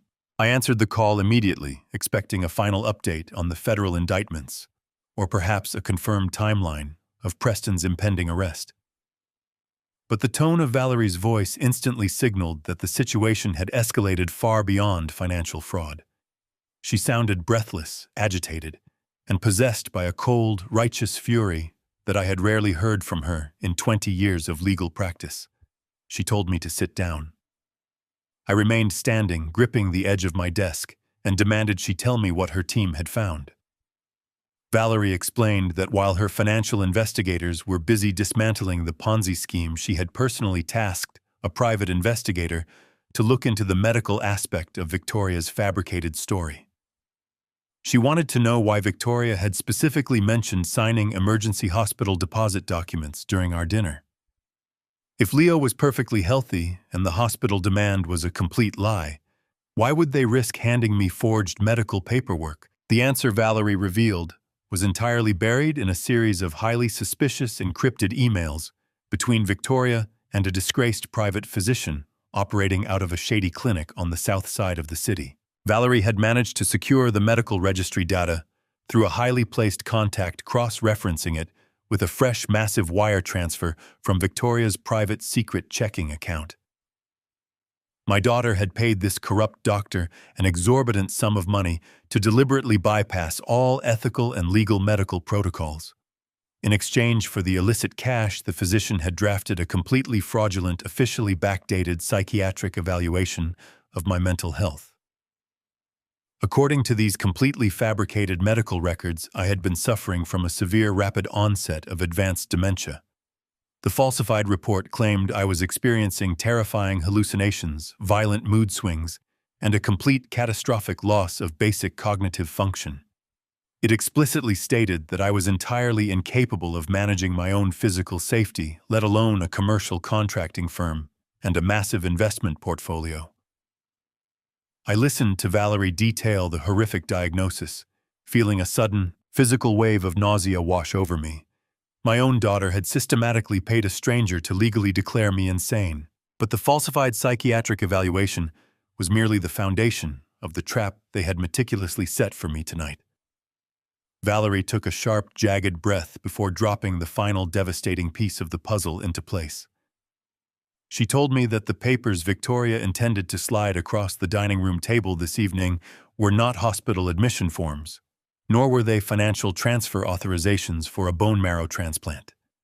They were a sweeping, comprehensive financial and medical power of attorney. The documents had been specifically drafted by a rogue paralegal to grant Victoria absolute, unquestioned legal authority over every single aspect of my life. If I foolishly signed those papers, blinded by the fabricated grief of a dying grandson, I would instantly and irrevocably surrender my entire $15 million net worth. Victoria and Preston would gain immediate unchecked access to my retirement accounts, my commercial properties, and the very house I was standing in.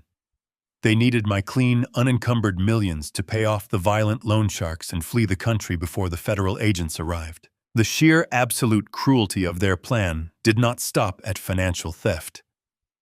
Valerie's voice dropped to a horrifying whisper as she revealed Victoria's ultimate endgame. Stripping me of my wealth was simply not enough. I was a loose end, a potential liability, who could eventually alert the authorities to their massive fraud once I realized my grandson was perfectly healthy. To ensure my absolute silence, Victoria had taken the scheme to its most sociopathic, devastating conclusion. Valerie had uncovered a confirmed reservation made just 2 days ago. Victoria had successfully arranged for a permanent secure bed at a highly restrictive locked memory care facility, located 3 hours away in a desolate rural county. It was the kind of grim, isolated institution where elderly patients were heavily medicated and forgotten by the outside world. Their plan for the evening was not just to extort me. Their plan was to completely erase me from existence. Valerie explained the terrifying logistics of their strategy. She strongly suspected they intended to subtly drug my food or drink during the dinner, was making me compliant, confused, and physically weak.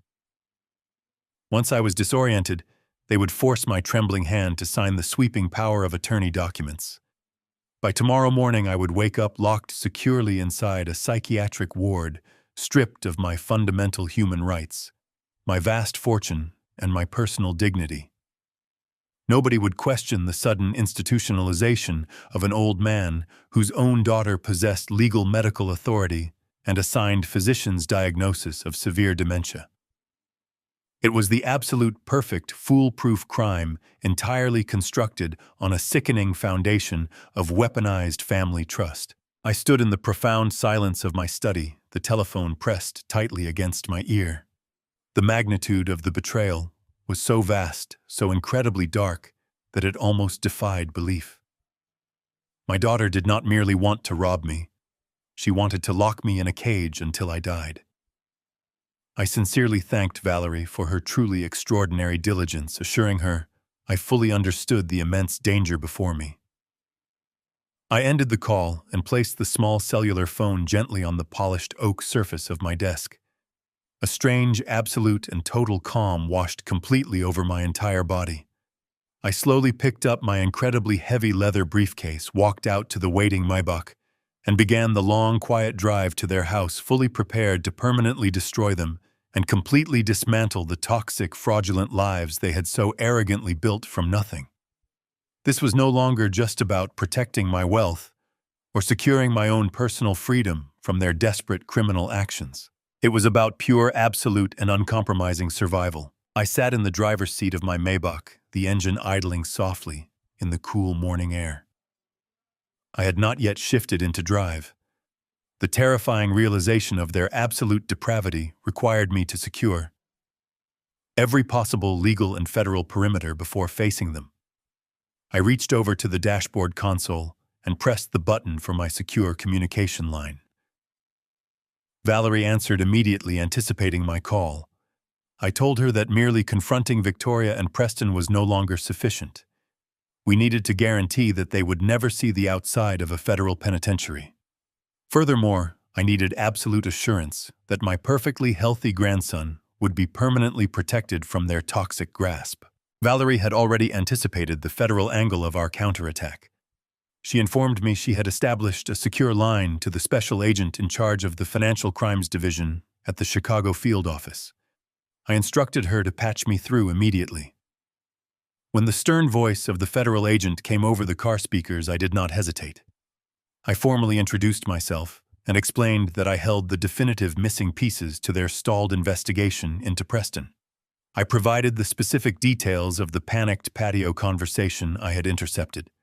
I confirmed the exact $500,000 figure the violent syndicate had demanded and outlined the precise 24-hour timeline Preston was operating under to save his life. The federal agent was completely silent, processing the monumental breakthrough I had handed him. He admitted they had been monitoring Preston's accounts, but lacked direct proof of his communication with the syndicate. I offered him the complete audio recording I had secretly captured documenting Preston begging for his life from the loan sharks, along with the detailed trail of hidden offshore accounts Valerie uncovered hours earlier. The agent confirmed this specific evidence was the final nail in Preston's coffin. He assured me heavily armed tactical arrest teams were already staging quietly in the surrounding suburbs, waiting for my signal to forcefully breach the property. They wanted to catch Preston the exact moment he attempted to physically receive the funds or coerce me into signing the fraudulent documents cementing his money laundering and extortion charges. But Preston was only one half of this sickening equation. Victoria was the primary architect of the medical fraud, and she was actively endangering the life and psychological welfare of my only grandson. I told the federal agent to hold the line while Valerie swiftly conferenced in a director at the State Department of Child Protective Services alongside an emergency family court judge whom Valerie had woken up an hour ago. I laid out the horrifying reality of Victoria's actions with calculated precision. I detailed how she had subjected a perfectly healthy 10-year-old boy to immense trauma, forcing him to unknowingly play the role of a dying child to extort a massive fortune. I explained the fraudulent leukemia narrative and exposed the corrupt physician who had drafted my fake dementia diagnosis for a cash bribe. The family court judge was absolutely appalled by the magnitude of the parental abuse. Within 15 minutes, the judge granted an immediate emergency ex parte custody order. Leo would be placed exclusively into my sole legal custody the very second the federal agents raided the house. Specially trained Child Protective Services officers would arrive alongside the FBI tactical units to ensure my grandson was safely extracted from that house of horrors before Victoria could ever attempt to use him as an emotional shield. With the federal and legal traps securely locked into place, there was only one final preparation remaining. I told Valerie I needed the physical evidence directly in my hands. I drove the Maybach out of my quiet neighborhood and headed toward a predetermined commercial plaza located exactly halfway between my estate and Victoria's sprawling suburban home.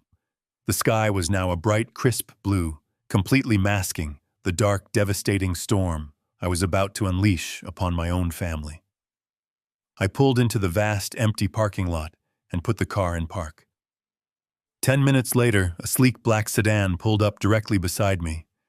Valerie stepped out into the biting autumn air, her expression a mask of pure professional determination. She opened the heavy passenger door of my car and placed a thick, freshly printed stack of documents directly onto the pristine leather seat. I reached out and touched the crisp paper. Valerie methodically walked me through the stack, her voice cold and precise. The first section contained the official federal freeze notices on all of Preston's legitimate banking accounts, undeniably proving he was entirely bankrupt and under active criminal investigation. The second section held the detailed time-stamped wire transfer logs, showing Victoria paying the corrupt private physician for my fake psychiatric evaluation. The third section was a certified copy of the emergency custody order signed by the family court judge legally stripping Victoria of her parental rights to Leo.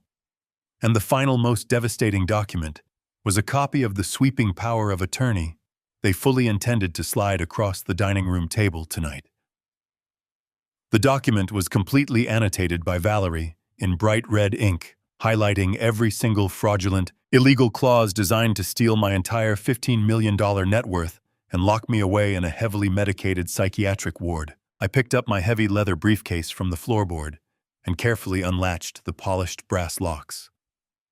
I meticulously placed each distinct section of the highly sensitive documents into the dark velvet-lined compartments, treating them with the dark reverence of an executioner calmly preparing the blade.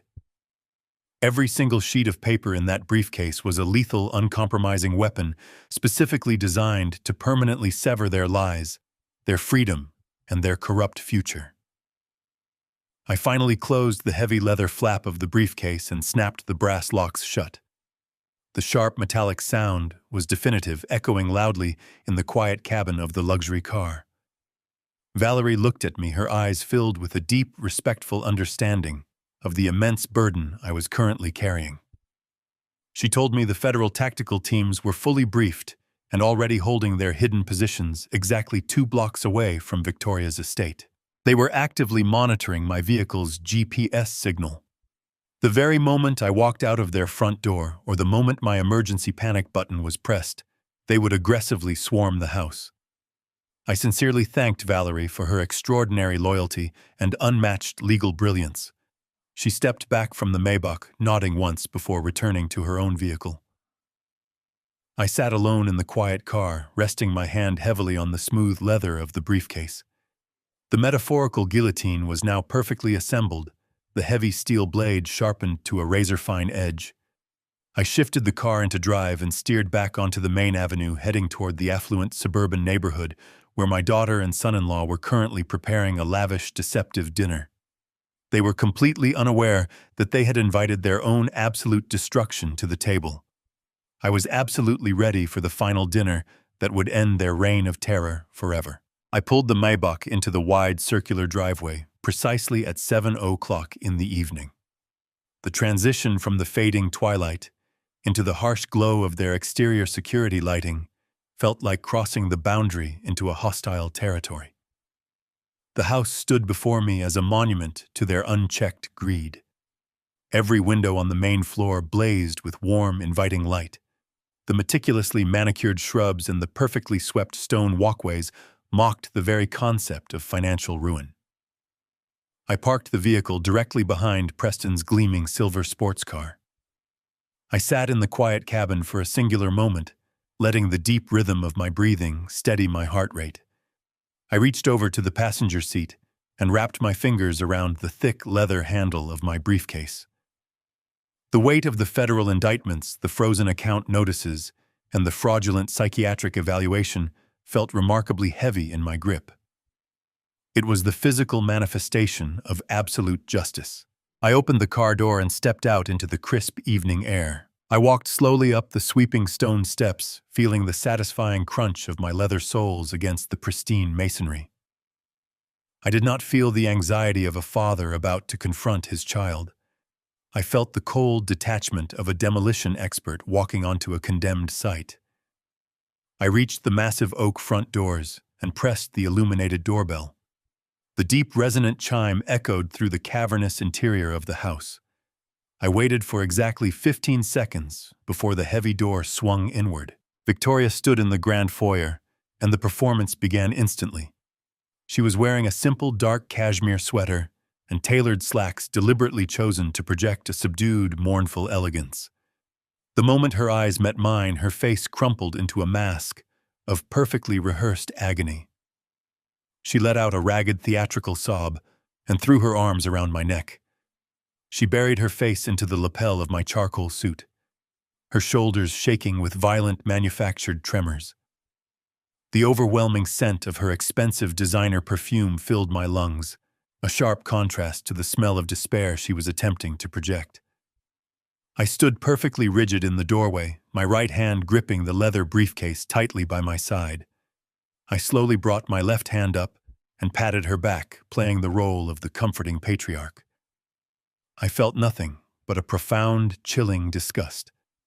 I murmured soft, empty words of reassurance into her ear, telling her that everything was going to be all right, that I was here to handle the situation.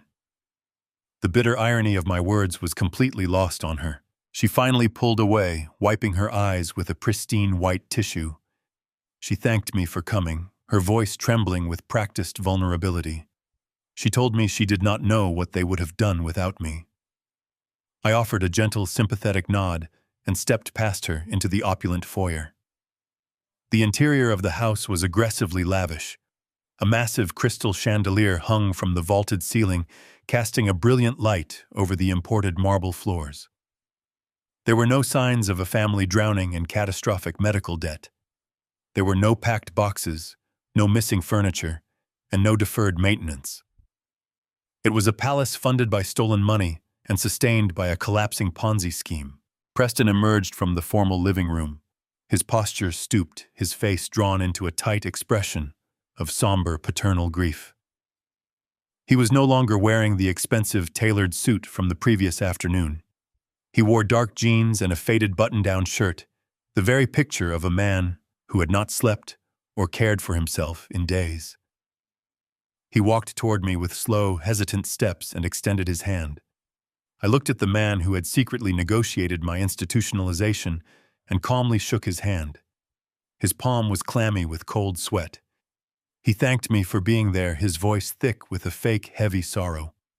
He told me the last few weeks had been a living nightmare, that watching his son fade away was tearing his soul apart. I looked deeply into his eyes, searching for any trait of genuine human conscience. I found absolutely nothing but the desperate, terrified panic of a criminal trapped in a corner. I told him I could only imagine the immense burden he was currently carrying.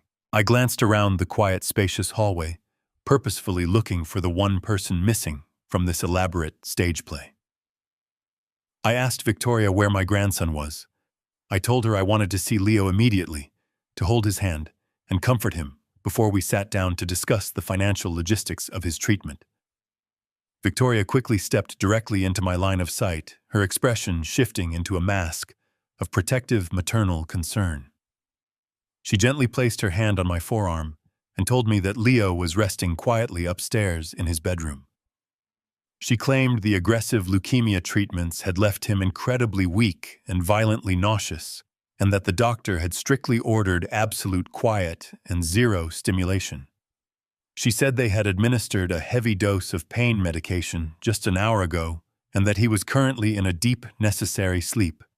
She then offered a tight, apologetic smile, insisting that it would be best if we did not disturb him. She softly added that tonight was meant for the adults to sit down and discuss very serious, complex adult matters without frightening the child. I maintained my calm, supportive expression, simply nodding in quiet agreement. I knew exactly where Leo was, and I knew exactly why they were keeping him hidden. They could not risk me looking at a vibrant, energetic 10-year-old boy who had spent the entire afternoon swinging a baseball bat in the backyard. They needed to maintain the illusion of a fragile, dying child hovering on the brink of death to guarantee I signed their fraudulent documents. I told Victoria that I completely understood that Leo's comfort and rest were the absolute highest priorities.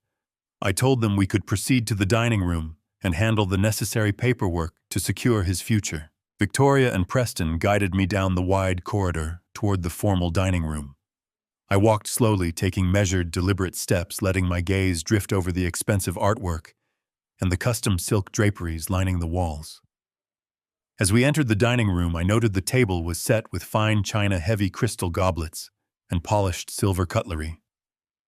A bottle of incredibly expensive vintage red wine sat uncorked on a silver tray, breathing before the meal. It was a feast fit for royalty, deliberately prepared to sedate an old fool. I paused at the head of the long mahogany table and turned to look directly at Preston. I casually adjusted my firm grip on the handle of my heavy briefcase and offered a mild conversational observation. I told him that I was deeply impressed by their incredible resilience. I remarked that despite facing absolute financial ruin and overwhelming corporate fraud, they had somehow managed to keep this incredibly magnificent house perfectly and luxuriously intact. Preston froze entirely at my comment, his hand hovering awkwardly over the back of a dining chair. A flash of pure panic darted across his eyes before he quickly rearranged his features into a mask of weary resignation.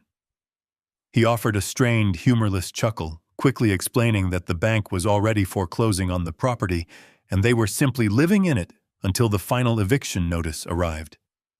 He claimed the luxury was nothing but a hollow facade, a cruel reminder of the life they were about to lose. Victoria swiftly intervened, her voice carrying a sharp edge of nervous energy as she urged us to take our seats. She stated that we had much more pressing matters to discuss than real estate. I nodded smoothly, pulling out a heavy mahogany chair and sitting at the head of the table.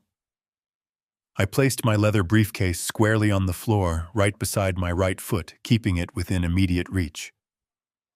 The dining experience that followed was a masterclass in psychological tension. Victoria had apparently hired a private caterer for the evening, presenting a lavish spread of roasted tenderloin, garlic asparagus, and truffled potatoes. I ate my meal with deliberate, measured bites, savoring the rich flavors while observing my hosts. Victoria barely touched her food. She spent the duration of the meal pushing small pieces of meat around her porcelain plate, periodically dabbing at her dry eyes with a linen napkin and letting out heavy, tragic sighs. She was playing the role of the devastated mother with relentless dedication. Preston, however, was clearly struggling to maintain his composure. He practically inhaled his dinner, and drained 2 large glasses of the vintage red wine in rapid succession. His eyes kept darting nervously toward the antique grandfather clock, ticking in the corner of the room. He was a man watching his final deadline approach with terrifying speed. He needed my clean money to pay off his violent creditors by midnight, and the pressure was visibly consuming him. I maintained a calm, supportive demeanor throughout the uncomfortable meal. I asked polite, concerned questions about Leo's supposed medical team. I inquired about the specific details of the bone marrow transplant procedure. I listened as Victoria seamlessly fabricated a complex web of medical terminology, describing fictional doctors and imaginary oncology wards with chilling fluency. She detailed the horrific side effects of chemotherapy her son was allegedly enduring, completely unaware that I had watched that same child sprinting across their backyard just 24 hours prior. Every single word that spilled from her lips was a calculated venomous lie designed to drain my life savings. I simply nodded, offering sympathetic murmurs, letting them build their house of cards higher and higher. The more they lied, the heavier the briefcase beside my foot seemed to feel. It was an incredibly empowering sensation, knowing I held the absolute power to demolish their entire reality the very second I chose to do so. Eventually, the agonizing meal concluded.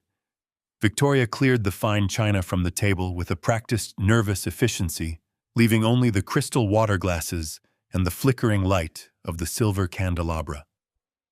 The atmosphere in the grand dining room instantly shifted, growing heavy and thick with desperate anticipation. The casual pleasantries were over. It was time for the transaction. Preston wiped his mouth with his napkin, his hands trembling slightly as he set the cloth down. He exchanged a quick, highly significant glance with his wife.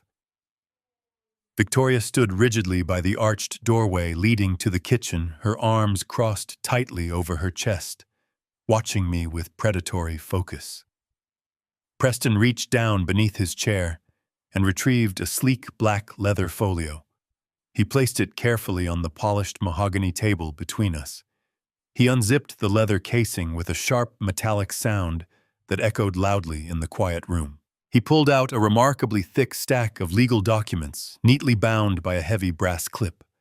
He took a deep, shaky breath, attempting to project the image of a humbled, grateful son. He slid the dense stack of paperwork across the smooth surface of the table until it rested directly in front of me.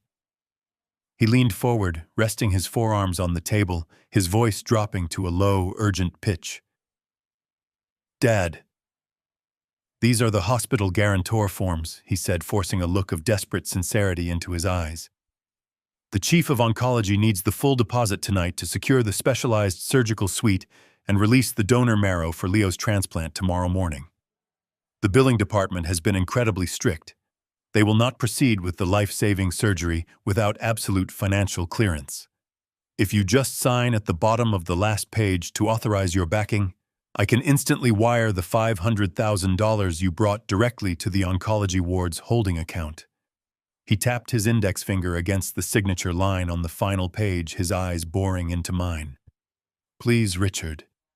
We are completely out of time. We need to do this right now." I looked down at the thick stack of papers resting under my hands. The documents were printed on heavy, expensive bond paper, totally uncharacteristic of standard hospital admission forms. The trap had been officially sprung. They believed I was blinded by grief, paralyzed by the thought of losing my only grandson, and completely eager to sign anything they put in front of me to save his life. They fully expected me to blindly flip to the very last page, scribble my signature, and hand over a certified check that would instantly vanish into the pockets of a violent criminal syndicate. I did not move toward the signature line. I did not reach into my jacket for a pen. Instead, I moved with agonizing, deliberate slowness. I leaned back in my heavy dining chair. I reached into the breast pocket of my tailored suit jacket and slowly retrieved my silver reading glasses. I unfolded the frames with a soft click and slid them onto my face, adjusting them carefully on the bridge of my nose. Preston shifted uncomfortably in his seat, a flicker of genuine alarm crossing his face. "Dad, We really do not have time to review every single page, he urged, his voice pitching higher with sudden anxiety. It is standard medical boilerplate. Just standard liability releases for the hospital. The courier is waiting for the wire confirmation. Please, just sign it so we can save Leo. I completely ignored his frantic pleas. I placed my hands flat on the table and intentionally flipped the thick stack of documents all the way back to the very first page. The room fell into an absolute suffocating silence. Victoria took a hesitant step forward from the doorway, her knuckles turning white as she gripped the wooden doorframe. The air in the dining room became instantly charged with a crackling, dangerous electricity. They realized in that singular moment that I was not behaving like a panicked, gullible victim. I focused my eyes on the dense paragraphs of legal text. The document was an absolute masterpiece of sweeping, predatory legalese expertly drafted to strip a human being of their fundamental autonomy. I cleared my throat, the sound incredibly loud in the frozen silence of the room. I did not look up at them. I kept my gaze firmly locked on the paper and began to read the fine print aloud, my voice echoing with cold, undeniable authority. I, Richard Caldwell, being of sound mind, do hereby grant Victoria Caldwell and Preston Hayes absolute and irrevocable enduring power of attorney over all my personal, medical, and financial affairs. I read slowly, enunciating every single terrifying word. I hereby surrender total fiduciary control of all banking institutions, investment portfolios, commercial real estate holdings, and private assets currently held in my name. Furthermore, I grant full uncontested medical proxy, including the right to determine residential care, psychiatric institutionalization, and the administration of all pharmacological treatments, without requiring my further consent. I stopped reading and let the heavy, devastating words hang in the air. The absolute silence that followed was deafening. I slowly lowered the papers to the table. I took off my silver reading glasses and folded them with a sharp snap. I looked up. Preston was sitting completely frozen, the color draining so rapidly from his face that he looked like a corpse. His mouth hung slightly open, utterly incapable of forming a single coherent word. Victoria was backed against the wall, her eyes wide with unadulterated terror, her hands pressed tightly over her mouth. The elaborate, sickly sweet facade of the grieving parents had instantly evaporated, leaving behind nothing but the stark, horrifying reality of their monstrous deceit. The hospital forms were a total, absolute lie. The leukemia was a total, absolute lie. They had brought me into this house, fed me a luxurious dinner, and attempted to trick me into legally signing away my fortune, my freedom, and my life. They stared at me in horrified shock, waiting for my reaction. They were waiting for me to scream, to cry, or to demand an explanation. But I did none of those things. I simply reached down and lifted my heavy leather briefcase from the floor, placing it directly on top of their fraudulent documents. It was finally time to show them what a real trap looked like. The silence in the dining room stretched until it felt like the heavy crystal wine glasses might spontaneously shatter from the sheer atmospheric pressure. I kept my hand resting firmly on top of my leather briefcase, watching the exact moment the profound realization hit them both. The elaborate, carefully constructed illusion of the grieving, desperate parents completely disintegrated before my eyes. Victoria was the first to recover from the paralyzing shock of my words. The terrified, trembling woman pressed against the dining room wall vanished instantly, replaced by something remarkably ugly and feral. She slowly lowered her hands from her face. Her tears, which had flowed so freely and convincingly just 10 minutes earlier, stopped completely. Her face contorted into a vicious, sneering mask of pure, unadulterated contempt. The sheer speed of her emotional transformation was chilling to witness. She stepped away from the wooden doorframe, her posture stiffening with aggressive, rigid defiance. She did not attempt to deny what I had just read aloud. She did not try to invent another desperate, tearful excuse to cover her horrific tracks. The time for theatrical acting was officially over.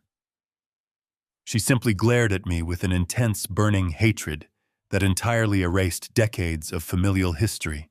Preston suddenly lunged forward. He pushed his heavy mahogany dining chair backward with such violent aggressive force that it crashed loudly against the polished hardwood floor, splintering the ornate wooden back. He did not apologize or even look down at the damage. He stormed around the edge of the long dining table, his chest heaving with frantic, desperate breaths. He positioned his large frame directly between my seated position and the arched doorway leading to the main foyer, physically blocking my only immediate exit from the room. The false humility and somber sorrow he had worn all evening evaporated into pure, unhinged aggression. He pointed a trembling, aggressive finger directly at my face. "Sign the damn papers, old man," Preston snarled, his voice guttural and thick with rising, uncontrollable panic. "You have $15 million just sitting rotting in useless investment accounts, while we are completely drowning. You owe us this money. You owe your daughter the life she deserves. We are not letting you walk out of this house until you sign over that estate." He took another threatening step closer, towering over me, his hands balled into tight, white-knuckled fists at his sides. He was actively trying to use physical intimidation to force compliance from a man he fundamentally underestimated. I did not flinch. I did not move a single muscle in response to his pathetic, desperate display of physical aggression. I simply kept my gaze fixed steadily on his flushed, sweating face. Victoria moved rapidly to stand directly beside her husband, her eyes narrowing with malicious, calculated intent. If physical intimidation was not going to work, she was fully prepared to wield the most devastating psychological weapon she possessed. She slammed her palms down hard on the dining room table, leaning toward me with a look of absolute predatory hatred. "You are a selfish, terrible father," Victoria screamed, the volume of her voice echoing harshly off the vaulted ceilings and rattling the silver candelabra. "You have always cared more about your precious corporate empire and your massive bank accounts than your own flesh and blood. You sit there in your empty mansion, hoarding wealth, while your only family actively suffers." She pointed a manicured finger toward the ceiling, directly referencing the second floor where my grandson was supposedly resting. "You listen to me very carefully," she hissed, her tone dripping with absolute venom. "If you do not pick up a pen right now and sign those legal documents, I swear to God you will never see Leo again. I will pack his bags tonight. We will disappear entirely, and I will make absolutely sure you die completely alone without ever looking at your grandson's face for the rest of your miserable life." It was the ultimate, unforgivable threat. She was actively using her own child as a hostage, fully believing that the sheer terror of losing Leo would finally break my mental resolve. But her threat did not inspire fear or submission. It merely confirmed that my decision to completely destroy their lives was the only acceptable course of action remaining. I looked at the two of them, standing shoulder to shoulder, entirely united in their incredible greed and profound moral bankruptcy. I slowly unclasped the heavy brass locks of my briefcase. The sharp metallic clicks echoed like gunshots in the tense, suffocating quiet of the room. I flipped the leather lid open. Preston shifted his weight nervously, his eyes darting toward the briefcase, perhaps expecting me to produce a physical weapon. In a way, I absolutely was. I reached inside the velvet-lined compartment and pulled out the first thick stack of freshly printed documents Valerie had provided. I tossed them casually onto the table, letting them slide directly over their fraudulent power of attorney. I told Preston that his miserable performance was completely over. I told him I knew exactly why he needed exactly $500,000 by midnight tonight. I stated clearly and methodically that I knew all about his collapsing Ponzi scheme, the millions he had stolen from innocent clients, and the incredibly violent underworld syndicate currently hunting him down for their missing capital. The remaining color drained completely from Preston's face for the second time that evening. His jaw worked silently, desperately trying to formulate a denial that his panicked brain simply could not construct. I did not give him a single chance to speak or defend himself. I reached back into the briefcase and pulled out the second stack of papers, sliding them directly toward Victoria with a forceful push. I told her I knew all about the massive untraceable wire transfer she had sent to the corrupt private physician on the south side of the city. I told her I had physical, certified copies of the fabricated psychiatric evaluation she had illegally purchased to declare me totally incompetent. I watched her vicious, confident sneer completely falter, instantly replaced by a sudden, sickening realization that her brilliant foolproof trap had failed catastrophically. I kept my voice perfectly level, devoid of any shouting or dramatic emotion. I told them both that I had stood in the dark shadows of their backyard patio just 2 short hours ago. I told them I had watched my perfectly healthy grandson hitting baseballs while Preston sobbed into his cellular phone, pathetically begging ruthless loan sharks to spare his life. I explained that every single horrific lie they had manufactured had been completely exposed, thoroughly documented, and independently verified by federal authorities. They had built a massive cage for me, but they were the ones who were permanently locked inside. I pulled the final piece of paperwork from the briefcase, revealing the official emergency custody order. Victoria let out a strangled, horrified gasp as her eyes frantically scanned the bold, uncompromising legal heading. I informed them both that Leah was now entirely safe under my legal protection, far beyond their incredibly toxic, destructive reach, and the federal agents were waiting.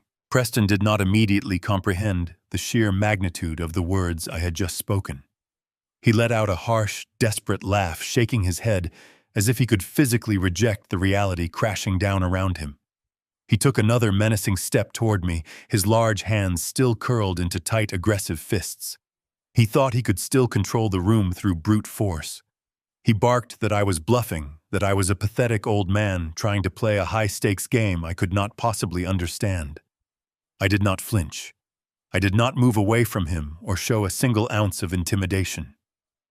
I remained perfectly seated at the head of his dining table, holding his frantic gaze with absolute chilling calm. I rested my hand on the open rim of my briefcase. I told you I was bringing a surprise for everyone tonight, I said, my voice cutting through his frantic posturing like a blade. I reached back into the dark velvet-lined compartment of the leather case. I pulled out a fresh, heavily stapled packet of official government paperwork and tossed it aggressively across the polished mahogany table directly at Preston. The thick packet hit his chest and fluttered down onto the floor by his feet. He stared down at the scattered papers for a long second before his knees finally gave out. He dropped heavily to the floor, his trembling hands scrambling to gather the documents. It was the formal, unredacted FBI indictment paired explicitly with the official Internal Revenue Service asset freeze notification. I watched as his eyes darted frantically across the bold black text, absorbing the catastrophic details of his complete financial execution. Your accounts are entirely seized. Preston, I announced, ensuring every single syllable echoed clearly in the silent dining room. The federal government has locked down every legitimate bank account, every hidden offshore shelter, and every single shell company you constructed to hide your filthy crimes. There is absolutely nothing left. The violent loan sharks you have been crying to all afternoon are not getting paid tonight. There is no magical $500,000 wire transfer coming to save your miserable life. The only people waiting for you right now are the heavily armed federal agents currently staging outside your front door. Preston remained on his knees, gripping the federal indictment so tightly that the paper began to tear. He looked up at me, his face devoid of any blood, his mouth opening and closing like a suffocated fish. The reality of his impending imprisonment and the terrifying threat of the syndicate had finally collided, breaking his mind completely. He let out a pathetic, whimpering sound entirely stripped of his previous aggression. He was no longer a threatening predator. He was simply a broken, terrified criminal, realizing that he had absolutely nowhere left to run. I did not linger on his pathetic display. I turned my attention entirely toward my daughter. Victoria was standing completely still, her chest heaving as she stared down at her ruined husband. She still believed in some twisted, delusional corner of her mind that she was somehow the victim in this scenario. She still believed that her actions, no matter how sociopathic, were somehow justified by her husband's desperate financial ruin. It was time to completely obliterate that final, pathetic illusion. I reached into the deepest section of my briefcase and retrieved a heavy manila folder. I tossed this second document directly onto the table in front of Victoria. The folder slid across the smooth wood and popped open, spilling a dozen high-resolution photographs and a series of certified real estate deeds onto the table. Victoria stared at the glossy images, her brow furrowing in genuine confusion. "By the way, Victoria," I said, my voice echoing with a cruel, detached precision. "Preston did not lose all of his stolen millions in bad investments or unfortunate market fluctuations, as he so tearfully claimed. He bought a $300,000 luxury condominium down in Miami for his 24-year-old mistress." I watched her eyes widen in absolute horror as she picked up the first photograph. It showed Preston looking remarkably relaxed and happy, wrapping his arms around a beautiful young blonde woman on a sun-drenched balcony. The subsequent photos documented their lavish vacations, expensive dinners, and the undeniable reality of a prolonged, passionate affair. The real estate deeds explicitly listed Preston and the young woman as joint owners of the spectacular beachfront property. "You were fully prepared to lock your own father inside a psychiatric asylum." I continued driving the metaphorical blade as deeply as it would go. "You were completely willing to traumatize your perfectly healthy son, forge medical documents, and steal my entire life savings just to save a man who has been sleeping with someone else for the past 2 years. You betrayed every single moral principle and destroyed your own family for a pathetic, cheating coward who used your stolen money to fund a completely separate life." Victoria stared at the photographs for what felt like an eternity. I watched the frantic, desperate calculation in her eyes shatter into a million jagged pieces. The illusion of her marriage, the justification for her horrific crimes, and the very foundation of her reality were entirely incinerated in a matter of seconds. She dropped the photographs onto the table. Her hands began to tremble with a violent, uncontrollable energy. The fake, theatrical tears she had weaponized all evening were completely gone. The look on her face was no longer one of fear or desperation. It was a mask of pure, unadulterated, blinding rage. She let out a scream that did not sound remotely human. It was a guttural, terrifying shriek of absolute fury that tore through the dining room and echoed down the grand hallways of the house. It was not a scream of grief or sorrow. It was the raw, explosive sound of a woman who had just realized she had burned her entire life to the ground for absolutely nothing. She did not look at me. She did not attempt to beg for my forgiveness or try to explain away her actions. She turned her burning, furious gaze entirely toward the man, still kneeling pathetically on the floor. Victoria launched herself across the dining room with terrifying speed. She cleared the space between them before Preston could even register her movement. She slammed into him with the force of a wild animal, knocking him completely backward onto the hardwood floor. She grabbed the collar of his faded shirt and began screaming violently into his face, hurling a torrential flood of obscenities and accusations. She demanded to know how he could betray her, how he could spend their stolen fortune on a mistress, while she was busy plotting to institutionalize her own father to save his worthless life. She struck his chest with her closed fists, completely unhinged, her manicured nails tearing at his clothes. Preston scrambled backward frantically, raising his shaking arms to shield his battered face from her relentless blows. He begged her to stop stammering out pathetic apologies that only fueled her uncontrollable homicidal rage. Preston scrambled backward across the polished hardwood floor, frantically raising his shaking arms to shield his battered face from her relentless blows. He begged her to stop stammering out pathetic apologies that only fueled her uncontrollable homicidal rage. I remained completely seated at the head of the dining room table, a silent observer to the horrific, spectacular collapse of their fraudulent empire. The crystal wineglasses rattled against the mahogany wood as Victoria threw her weight against him, knocking over a heavy silver candelabra in the process. She screamed that he had ruined her life completely, ignoring the absolute fact that her own immense greed had orchestrated this nightmare. It was a pathetic, terrifying display of two criminals turning on each other the very second their elaborate trap was sprung. I simply watched them tear each other apart, feeling a profound, heavy sorrow for the innocent child sleeping upstairs. Suddenly, the thick, heavy curtains of the dining room were illuminated by a blinding, strobing flash of vibrant red and blue lights. The intense, rhythmic sweeping of the police cruisers pierced through the darkness of the front lawn, casting long, erratic shadows across the dining room walls. The deafening wail of multiple sirens abruptly shattered the quiet suburban night, signaling the absolute end of their reign of terror. Victoria froze mid-strike, her fist suspended in the air, her eyes wide with fresh, paralyzing panic. Preston whimpered, curling his body into a tight, defensive ball on the floor. Before either of them could even attempt to stand or formulate a desperate escape plan, the heavy oak front door of the estate was violently breached. The deafening crash of shattered wood and splintered door frames echoed through the grand foyer.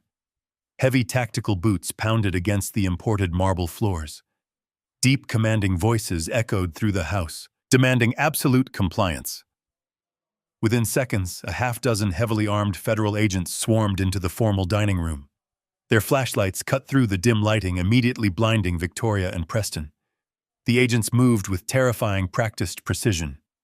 Two agents grabbed Preston by his arms, hauling his limp, sobbing body off the floor and forcefully slamming him against the expensive floral wallpaper. A harsh metallic click rang out as heavy steel handcuffs were locked tightly around his wrists. Victoria screamed, stumbling backward, tripping over the overturned dining chair. An authoritative female agent stepped forward, firmly gripping Victoria by her cashmere sweater and pinning her arms behind her back. Victoria kicked and thrashed, weeping hysterically, begging me to do something, to call my lawyers, to save her from this nightmare. I sat completely still, watching the federal agents secure the room. The lead agent formally advised Preston that he was under federal arrest for massive wire fraud, money laundering, and extortion. Another agent looked directly into Victoria's tear-streaked face and informed her that she was being criminally charged with medical fraud, conspiracy, child endangerment, and attempted extortion. She sobbed uncontrollably, the devastating reality of a lengthy federal prison sentence finally sinking into her fractured mind. As the agents systematically read them, their rights, a calm, professionally dressed woman stepped into the dining room. She wore a simple beige trench coat and carried a thick official clipboard. She possessed a quiet, grounded authority that contrasted sharply with the chaotic, violent energy of the tactical raid. She identified herself as a senior social worker with the State Department of Child Protective Services. She looked at the federal agents, then turned her steady, compassionate gaze directly toward me. I knew exactly why she was here, and I knew what I needed to do. I slowly stood up from my chair, picking up the heavy leather briefcase that had served as my weapon of truth. I unlatched the brass locks one final time and pulled out the single most important document of the entire evening. I handed the crisp, stamped paperwork directly to the social worker. It was the emergency ex parte custody order legally signed by a family court judge just a few hours prior. The social worker carefully reviewed the judicial signature, her eyes scanning the precise legal clauses that permanently stripped Victoria and Preston of all parental rights. She nodded once, offering me a small, reassuring smile of profound understanding. She formally announced to the room that the state was taking immediate protective custody of the minor child, and that physical guardianship was hereby transferred exclusively to his grandfather. Victoria let out a broken, agonizing wail, thrashing violently against the federal agents holding her arms. She screamed my name, begging me not to take her boy away, promising she would change, promising she would be a better mother. I did not offer her a single word of comfort. I simply turned my back on the pathetic, weeping woman who had tried to lock me in a cage. I walked out of the ruined dining room, stepping over the shattered remains of their extravagant, deceitful life. I climbed the grand, sweeping staircase, my hand trailing along the polished oak railing.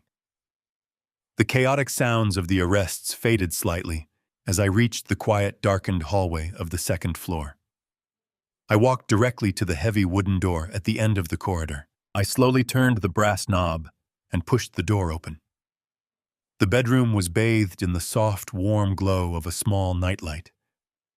Leo was curled beneath a heavy quilt, his small chest rising and falling in a deep, peaceful rhythm. He was not sick. He was not dying. He was simply a completely innocent, wonderful boy who had been used as a pawn in a deeply wicked game. I walked to the edge of the bed and sat down gently on the mattress. I reached out and brushed a lock of soft brown hair away from his forehead. My touch gently roused him. He blinked his eyes open, looking up at me with sleepy, confused recognition. "Grandpa," he mumbled, rubbing his eyes. "What are you doing here?" I offered him the warmest, most loving smile I could possibly muster, completely masking the immense trauma and devastation occurring just one floor below us. I told him we were going on a special late-night adventure. I told him to grab his favorite jacket and his sneakers. He trusted me implicitly, never questioning my sudden arrival or the strange hour. I gently took his small, warm hand in mine and led him out of the bedroom.